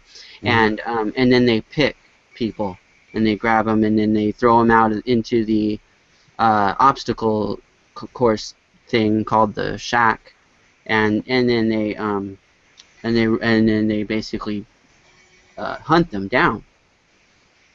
That's a dream that you're having, or Yeah, it's a continuation. wow. So I was explaining like the next part of it. The prey doesn't realize that they are being hunted, and the hunters are not allowed to tell, but do what they want to the prey with guidelines, and sex is encouraged, it seems. Wow. Some prey are convinced beforehand that this third room is a reward for the privileged few, or the chosen. They want to be chosen, so there is a competition for that. So part of the process of the dancing and all that is like a competition. And once they are chosen, they get into the second room. That's when they're trapped. See, so like once they're trapped and they're chosen, that's when the people on the other side are figuring out who they want, and then once they're coming, they kind of grab them. But you know, it's weird because when I was one of the actors, I wasn't able to get the person I wanted. I had to kind of settle for who was last because it got them all quick. And I guess it was because I was a rookie. You know, they all knew what they were doing, and I was just like, oh, okay, what do I do next? Have you ever seen anybody that you know or on television in that inception? I have seen people in real life. Like once when I went back, I've been dreaming this for a long time. So back like 10 years ago, I was working at Subway, and there was like two people that came into Subway that were like customers, and I saw them in the dream in the cabin before I saw them there. Wow. Like I didn't like have a conversation with them about it or anything. I just you know, I was like looked at them and I was like, wait a minute. Before, right. Hold up, you guys are familiar somehow, you know. So Wow. inside of the cabin, there's a map of the land on the computer monitor touchscreen, and it shows on the map that there's only one way in and one way out, which kind of reminded me once I saw Wayward Pines, like that land, because Wayward Pines has that kind of, except there's not a whole town, but I guess it could be like a town if it's widespread, but because there's like basically camps, if you will, like a boys camp and a girls camp and the hunting kind of facility where they train, I guess, and then the actual arena thing, which is the shack, and then the cabin, and there's two cabins behind that, and then there's like a farm kind of thing that's on to the left behind the other cabin, and right next to the second cabin on the left, there's like this tree that has this like netting affiliation type of thing. So I like built like a whole kind of tree fort up in that. And I take people to it and stuff. No. Your cabin getting a little scary now. Nah, I'm starting to fear the cabin. I'm telling you, man. It's like, is this some sort of like weird future craziness? Man, this shit can happen tomorrow. You know what I'm saying? That type shit like that can get kicked off by smoking the right motherfucker. You know what I'm saying? The shit could be Hunger Games immediately, and it's not about what we are hungry for, you know, because we as Americans, we'll fight over just about anything. Yeah, and the people that I'm with, I don't really know them. They're all people that, you know, I have no idea who they are. They're Right, like, exactly. So when I'm there, but when I'm there, I seem to know them. You know what I mean? But when I come back, I'm like, who the hell were they? But I know that they are kind of prepper-like. You know, they're the type of people that I've seen on the prepper shows. This is They have that type of mentality, and they're very cultish too. Cause like I remember one time I woke up with a woman in like a sleeping bag, and we were kind of like fooling around, but we also were trying to be as quiet as we can because we knew if we got caught, we'd possibly get killed. Wow. Maybe even thrown into the shack as prey. Yeah. So, like, you know, we had to be all quiet. Now is what happened in that one was someone came in the room and everybody got up and started getting putting their sleeping bag away and everything. All kind of militarized, single file and everything. And then we ended up getting on trucks and separating co-ed, because we were like co-ed, we were sleeping co-ed, but we weren't supposed to be sleeping in the same sleeping bag, obviously. Yeah. You know, that wasn't allowed. So, but you know, and then in that same whatever dream version, that one dream, I ended up having like a seminar.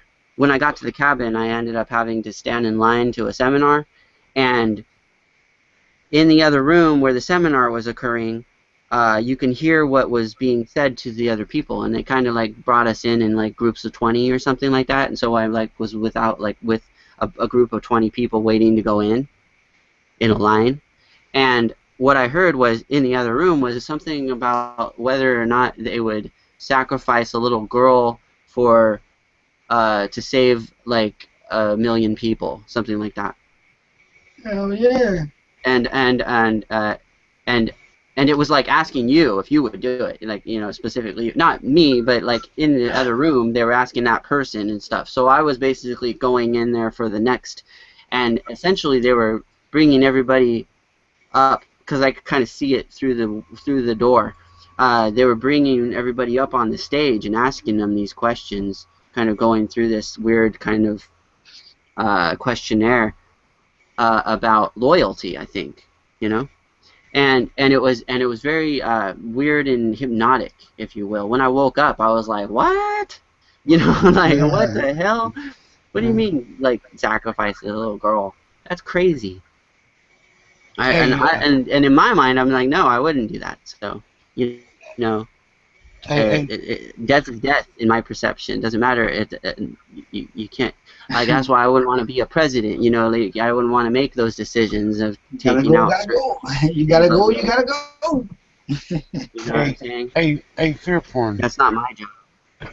Hey, let me run this quick dream by you that I had. Okay, this was like back in 1970 or 71, and I was in high school and I played football, and very quickly we were doing these 2-a-day practices for 10 days, and on the next to the last day or the last day, I was so tired when I came in from practice. I went to my room and I just laid down across my bed, and I was just immediately I went straight to sleep. And when I was having a vivid dream, I suppose, and I think the meaning of vivid dream is it's almost real. It's like it's real, right? Well, okay. The dream, when I first realized I was somewhere, I was a sphere, I was a soul, I was a spirit, whatever you want to call it. But I was, I was a sphere, and I was transparent, and I was moving along through the clouds, and I think it was of Earth, and because the reason I wanted to say this was because some of the elements are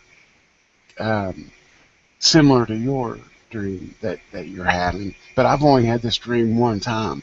Well, I'm moving along through the clouds, and I'm really amazed. I'm really happy. I was perceiving something that was maybe like the first time kind of thing.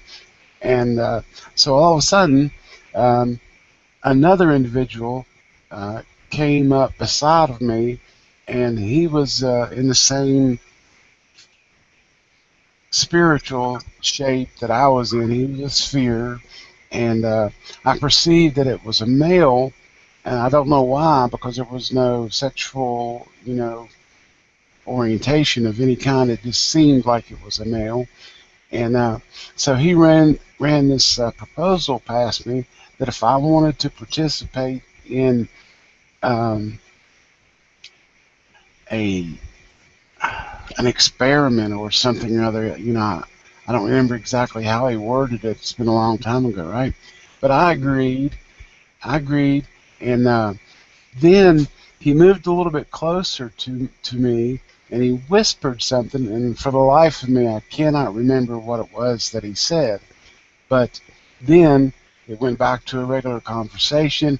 He said, we're going to go to this place, and you're going to choose a life, and you only have a short time.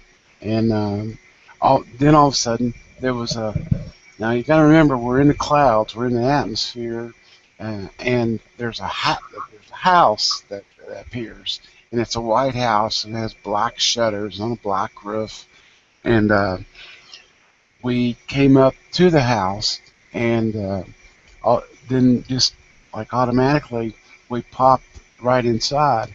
And what it was a dark room, very like being in a theater, and there was 4 rows of monitors, 2 in the center, and one on each side of the room. But it was dark, and there were other individuals in front of the screens, and they were doing what I was getting ready to do, which was the instructions where you get a short trailer of a life, and you choose which one you want to participate in. Well, I reviewed millions upon millions of trailers in just a few moments, and I had it narrowed down to 3, and this life was one that I was focused on at that moment, and then I was born into this life. So I just wanted to run that past you because it's kind of similar. Some of the elements are kind of similar to. Oh, you seem like yours is a little bit more advanced, because I thought that this was the first time. Well, while I was in the dream, I was thinking that this was the first time that I'd ever got to be wherever it was that I was. It was the first time that I got to participate in that kind of a dimension or a reality or what have you. So that's kind of weird. I've often wanted to talk to somebody that has dreams similar to that one. They're kind of similar, you know. Yeah, I could see that.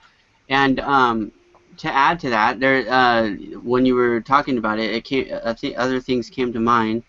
Um, uh, Guided meditation, for instance, that I was taken on like before I understood guided meditation, how to do them myself, because I do them myself now for people. But the idea is you go through your own house in your mind through your own conscious expansion. So like your mind creates the subconscious, or I mean, sorry, your subconscious creates the world around you, essentially, that you travel through, and then you travel through it and you clean it up the way you want it. You make it the way you want it after you figure out what it is, essentially. And if there's stuff you don't want there, you take it out. If there's stuff you do want, you bring it in. Sometimes you go through like weird quests where you grab something from one area and you bring it to another area. So in mine, my house or whatever, I ended up like going through like a couple, because I'm like very into like Egyptian stuff at the time.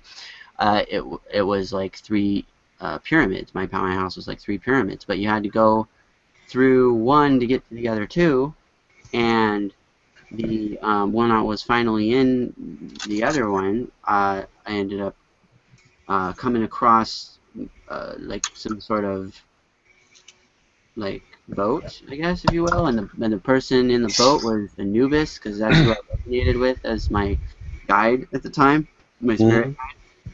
So Anubis took me to my Akashic records through some sort of floating boat thing, and so I got on the boat, and it took me, and he took me to this weird like wormhole thing. I traveled through the wormhole into like this, like I guess through a light tunnel, right? And then once I came out of the tunnel, it was I was at this other world where there was all it was very it looked like it was high above, like a landscape, and all you can see is above the clouds, right? Coming out of the clouds was like this temple kind of thing, this gold, looking like a golden temple, if you will, like, and I was guided to go over there. So I went to that, and it was kind of like a huge building, skyscraper type of thing, but it was lined with gold, and it was glass, like you could see through it. Right? When I got to a certain level, I seemed to know where I was going in some form, or maybe Anubis was guiding me.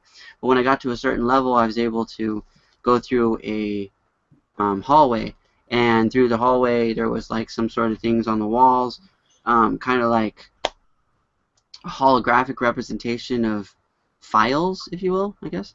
And then so I went over one and just kind of waved my hand over, and then like this glass thing came out, and I was able to see this view, where like a window, if you will, on the glass. It was kind of coming out a little bit like a holographic image, and it was and then there was like a list on the side that was like a bunch of different people's names, and so I pushed on one of them.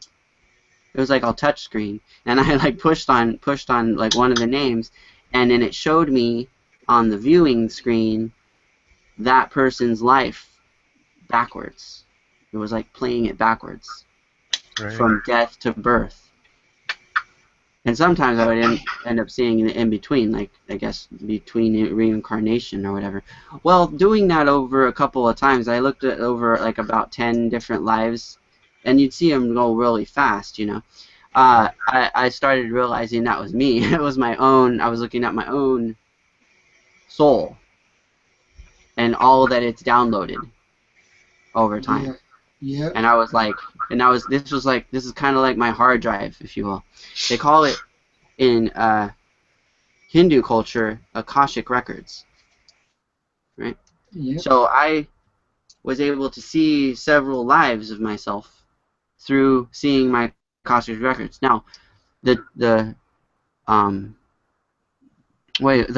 catch is you're only able to take about a third of what you experience back with you when you come back to the conscious world. Your consciousness can't hold on to all that data in a conscious state, so it keeps it subconsciously, and then you can travel back to it in the dream state. But when you go back there over and over again through meditation, you can actually take a third every time. So you end up taking more and more every time, and therefore you end up downloading, if you will, or uploading, I don't know how to explain it, your other lives. And I've been able to upload a couple of lives, so I understand that I've experienced several lives, but I'm only able to consciously experience a few of them. This is starting to get freaky now. Right. Well, not really. Hold on to your seatbelt. You know what I mean? It's a bumpy ass ride. But yeah. I agree with you 110%. Simply because through my experiences, I've accessed different things from the dream world. Now, recently I talked to Patrick, which was my science guy, and I asked him, I had a dream about molecular structure, right? And he just began to tell me different things about molecules or whatever like that, but couldn't really give me the answer. So recently I had a dream where I'm floating out in space and I see Earth spinning in retrograde. Mm-hmm. You know, spinning fucking out of control crazy, right? So then the next time I have a dream of me walking around or running around with a quantum physics book in my hand somewhere in the city. I don't even know where I fucking got the book from, but I know what's going on. It's because of the information and the stuff that I'm learning now. It's rolling over into the dream world and creating a reality of its own. Yeah. Yeah. You see what I'm saying? It's creating a reality of its own, and I'm playing some part of it. Which part? I don't really know, but it's some interesting shit, and I want to know, why am I into this molecular structure and quantum physics, and I'm not even a physician, so to speak. Maybe you're a quantum activist. There you go. I like that one. That means that you create your own reality based on what you think and experience. There are so many elements here of this conversation that are related to where I'm at now in my research. Yeah, Tony is definitely a quantum activist because he researches Nassim Haramein, and he's a quantum. Right, exactly. It's like, how could you not leap with all of that information in you while you sleep? I just wanted to rhyme right there.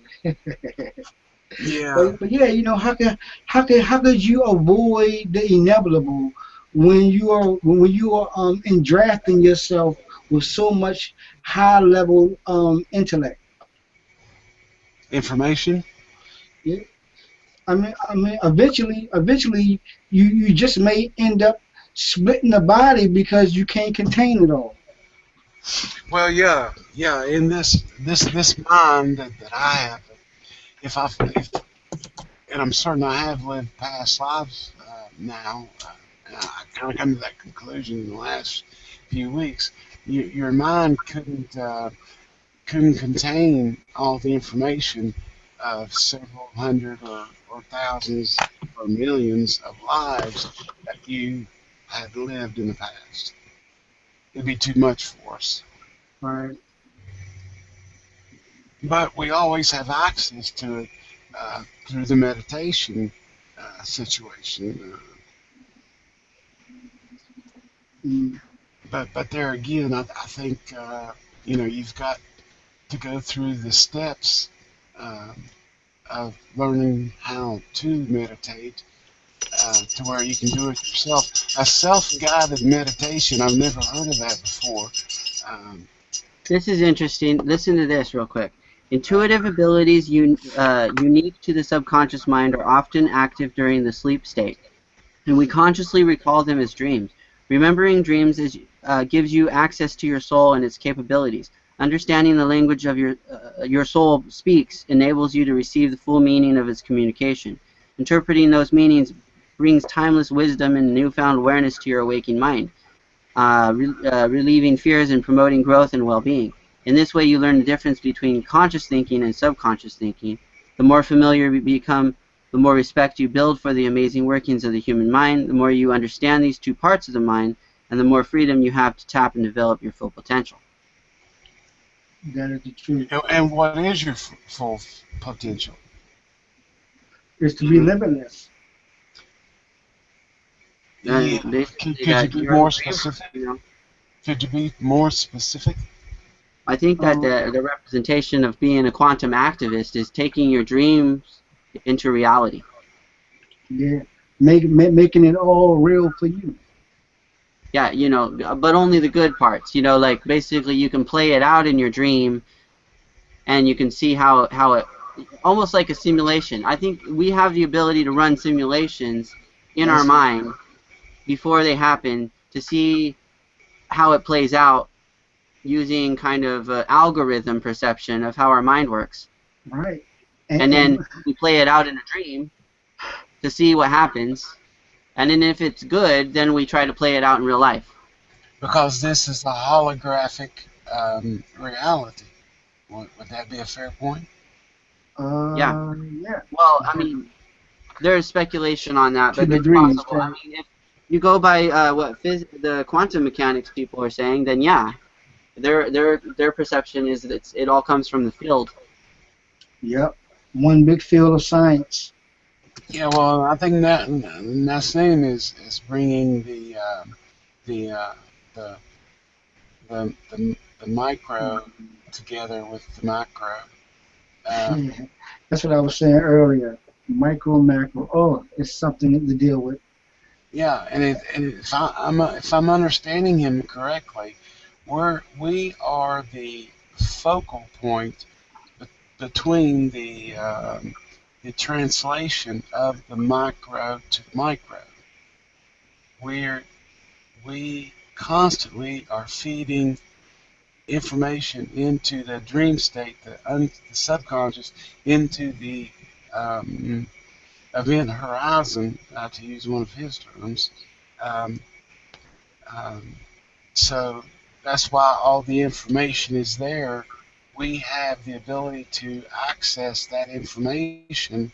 Um, but of course, that's the guided meditation and the meditation in general.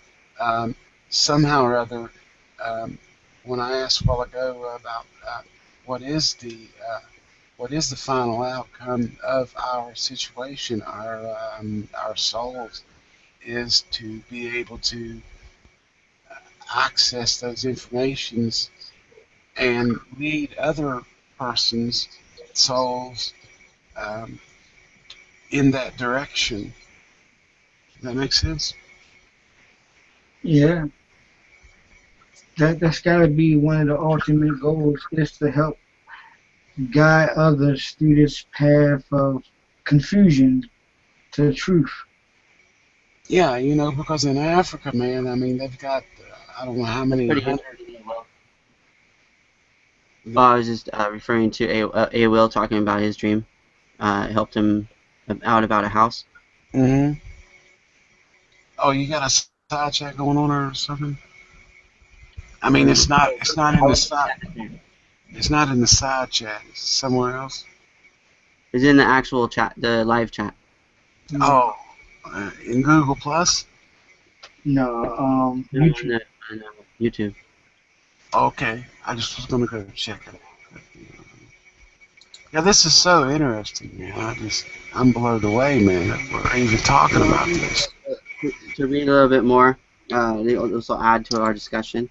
This is we are preparing for the next stage in mankind's enlightenment. This is characterized by growing acceptance of the idea that what is communicated during the dream state is a message from the inner self or subconscious mind to the outer self or conscious waking part of mind.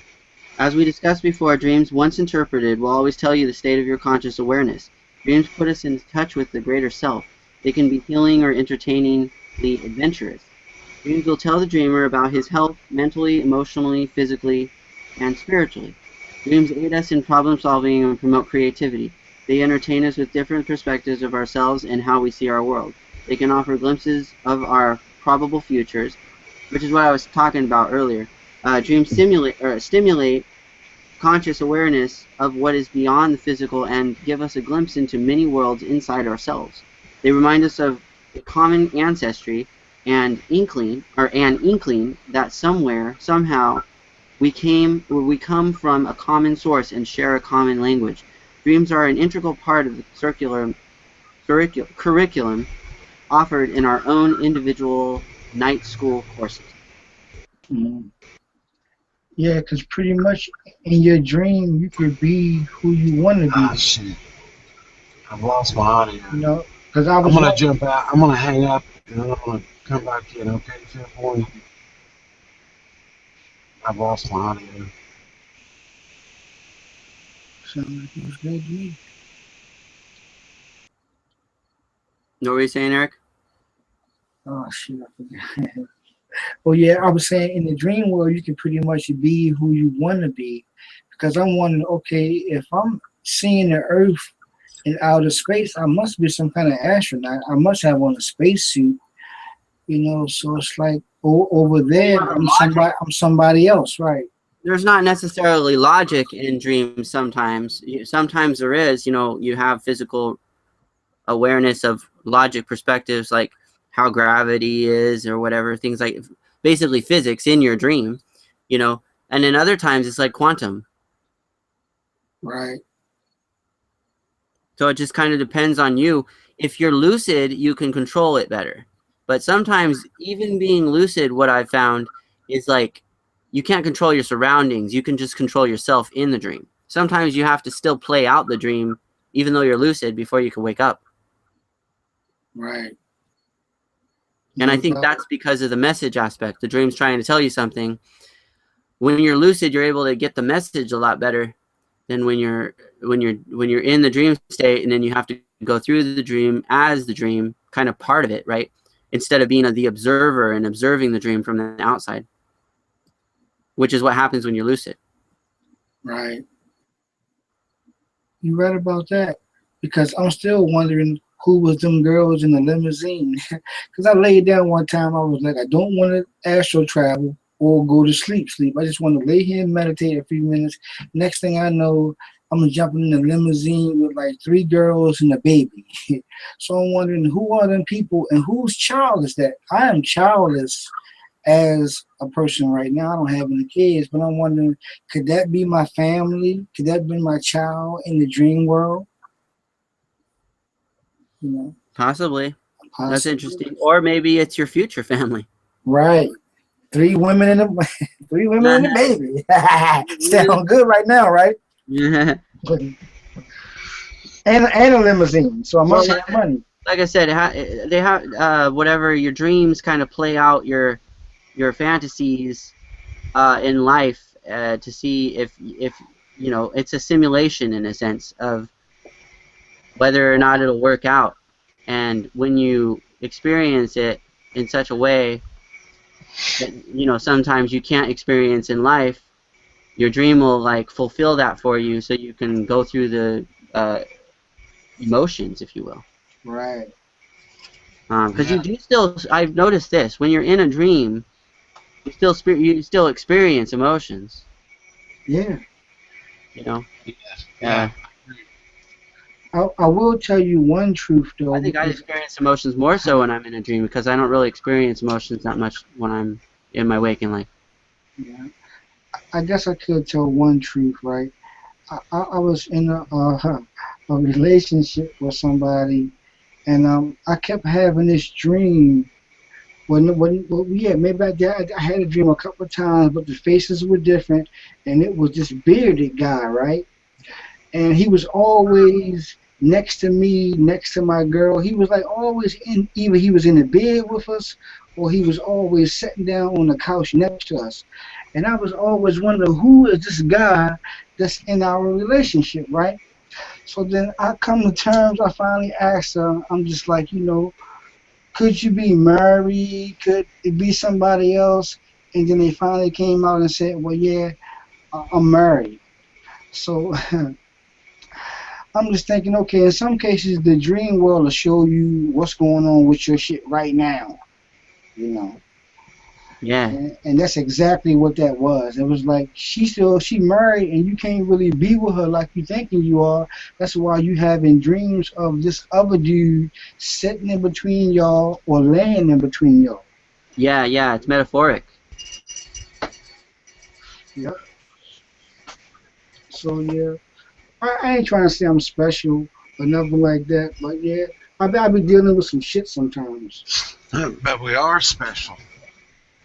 I mean, I ain't just trying to pat myself on the back because I'm on a big point show, but I'm just saying, a lot of shit be happening to a bruh that I haven't had no answers until now. And I thank you, bruh.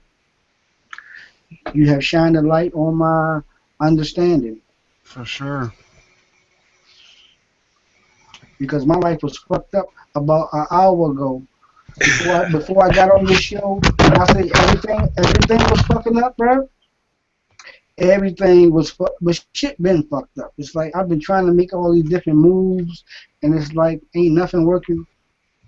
It's just like I'm looking at the planet spinning in retrograde, and who's really spinning in retrograde? It's me, because my shit is spinning out of control, and I kind of know what it is. Birthday is coming around, things are getting ready to change up, and I, in one case, I'm afraid because I often hear you ain't gonna make it, motherfucker. Like I said on my show, I often hear these voices, your ass out of here. So it's just like, if this the last birthday, then fuck it, it's the last one. I said I was gonna stop counting after this anyway, but it's just like seeing my life right now and seeing the pattern of things, seeing the relationship change, not having no good conversations with my people.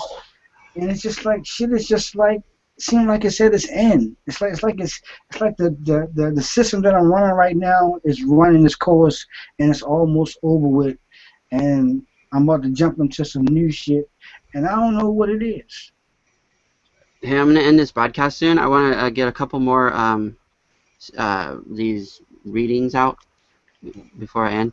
But so let me just throw this out. But yeah, I like what you're talking about there, and you too, Tony. So like, good stuff. Thanks for coming in and giving your information about your understanding of dreams and whatnot. Welcome your perspective. So your subconscious mind also uses sleeping time to go into each of its inner levels of consciousness to energize and replenish what has been experienced during the previous day. Each time you create and desire during experience. Oh, I'm sorry. Each time you create and desire during your waking state, each time you promote fear thinking, each time you experience something you have wanted but become frustrated because things don't seem to be happening, energy from your subconscious mind has been used. Since most people do not know how to consciously return this used energy back into mind, they rely on the subconscious mind to accomplish this while the conscious mind is asleep. This re-energization is important to the health of the body as well as the mind. Recent studies in San Diego Veterans Hospital shows even missing 3 hours of sleep decreases the immune system by as much as 50%. So definitely get your sleep, because that's horrible. That's for sure.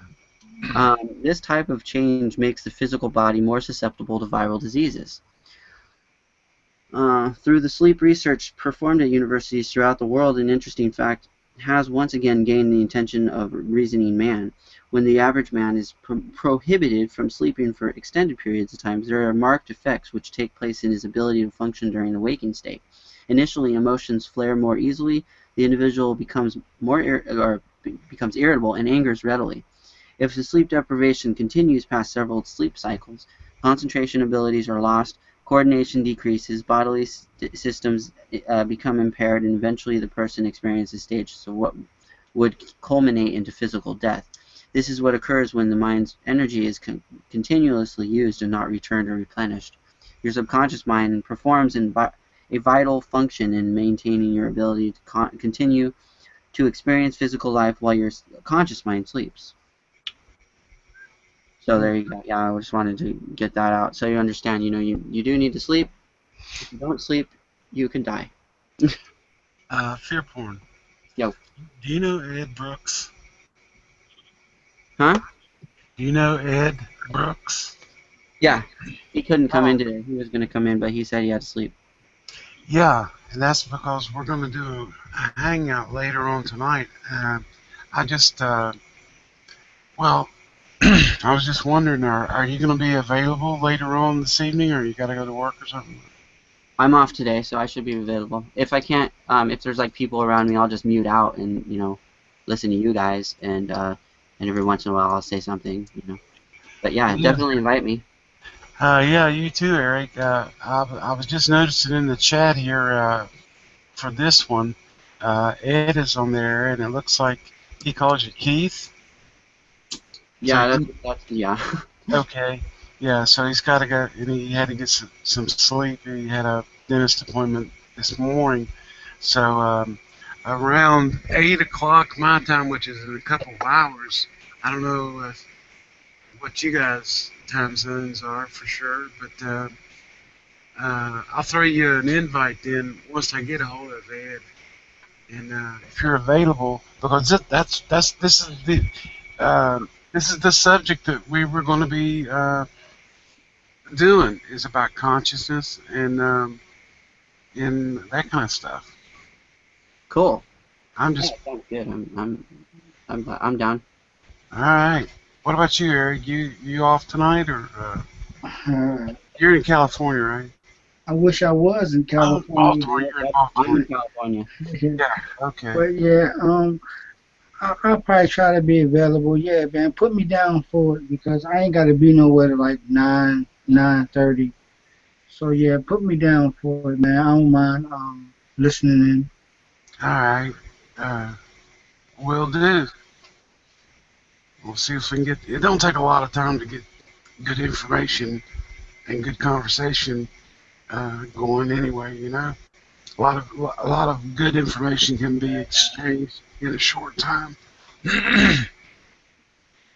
Excuse me. My sinus has just been driving me crazy the last few weeks. All right. Well, I'm gonna read another excerpt. This is from the other book, the Dream Book, and this has to do with understanding self as energy. And then with that, I'll close after that. So it was great having you guys. Do you have anything to add before you take off? I'm good. No. I'm good. Just go. All right, and then thanks for coming in on the chat, Philosopher, A Will. Who else was in there? There's other people. There's your eye colors. Yeah, it was good talking to Ladder Rain. Green, Zoltan, the Not So Confused, and Achieving Consciousness. So, understanding self as energy. Dreams often show us which energy centers or chakras are out of balance. If you are being stabbed in the heart, for example, you are losing energy from the heart chakra. You may be getting too involved in other people's trips and empathizing with them instead of seeing how they set themselves up for a great learning experience. Or you may be giving love energy to a partner and not getting any back. Uh-oh. It helps to pay attention in dreams to the area of the body that is highlighted and understand the accompanying lesson. To understand chakras, we first must recognize that we are energy beings. Some systems of interpenetrating energy fields, we experience ourselves as male and female in bodies, but this is very limited perception of who and what we really are. There is one life energy, or God force, which you call it, whether you call it the Holy Spirit, universal mind, psychic energy, sexual energy, love, or kundalini. I use the term kundalini because that is how I have been taught by my guidance. This kundalini, or life force, is housed in all of us at the base of the spine. This is our infinite reservoir of spiritual energy. When we begin to direct it to higher energy centers of our body, we begin to expand our consciousness and recognize that we are spiritual beings. There are 7 basic energy centers, or chakras. The word chakra comes from the Sanskrit term meaning wheel. Clairvoyants who perceive these finer energy dimensions of the human system see each chakra as a spinning wheel of energy. Although this has been part of the Hindu tradition for centuries, only recently have we in the West become more fully acquainted with it. We are beginning to recognize, for example, that acupuncture and mastery in the martial arts are built around an understanding of the power and flow of these forces within. Chakras correspond roughly as the etheric dimensions of our endocrine glands. The soul or etheric body is connected to the physical body through these centers. The chakras provide us with the key to understanding ourselves as expanded beings.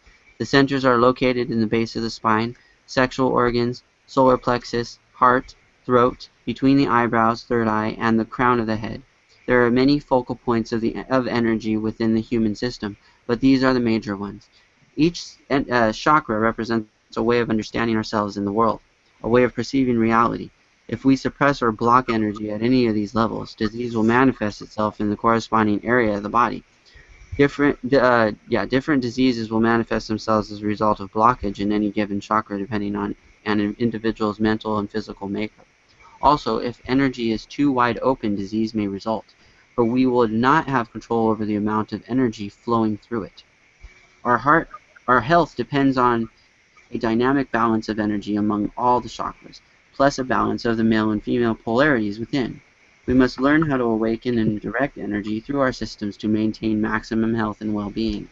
It is important to realize that all of the chakras are open to a degree, but we tend to operate out of some more than others. In each individual, 1 or 2 will be weaker than the rest, and it is the weak or blocked ones that tension or disease will be manifest. Emotional suppression, for example, will manifest itself as disease in the area where there is the least energy, a blocked chakra, and then can spread to other areas. Cancer, a result of suppression, manifests itself behind whatever chakra is blocked. This can be a result of tension, fear, negative thinking, or sitting on your own unhappiness, and not making changes. It is the end result of your lack of awareness. The key is to open the system, cleanse and flush out the energy filled with the natural healing processes, and release the negative thought patterns that are responsible for the disharmony in the first place. Excellent. Wow. That's, man, see, that's what I'm talking about. Thanks, brother. That was a lifesaver. Because I was wondering what was my answer, and I just got it. I need a flush out because of the experience that I'm experiencing right now. It is overwhelming. It is too much, and I don't like it. All right, with that, I'm going to end the broadcast. So it was great to have you guys. Thank you, man. Chatters. See you next time. Peace. Thank you. Peace. Bye now.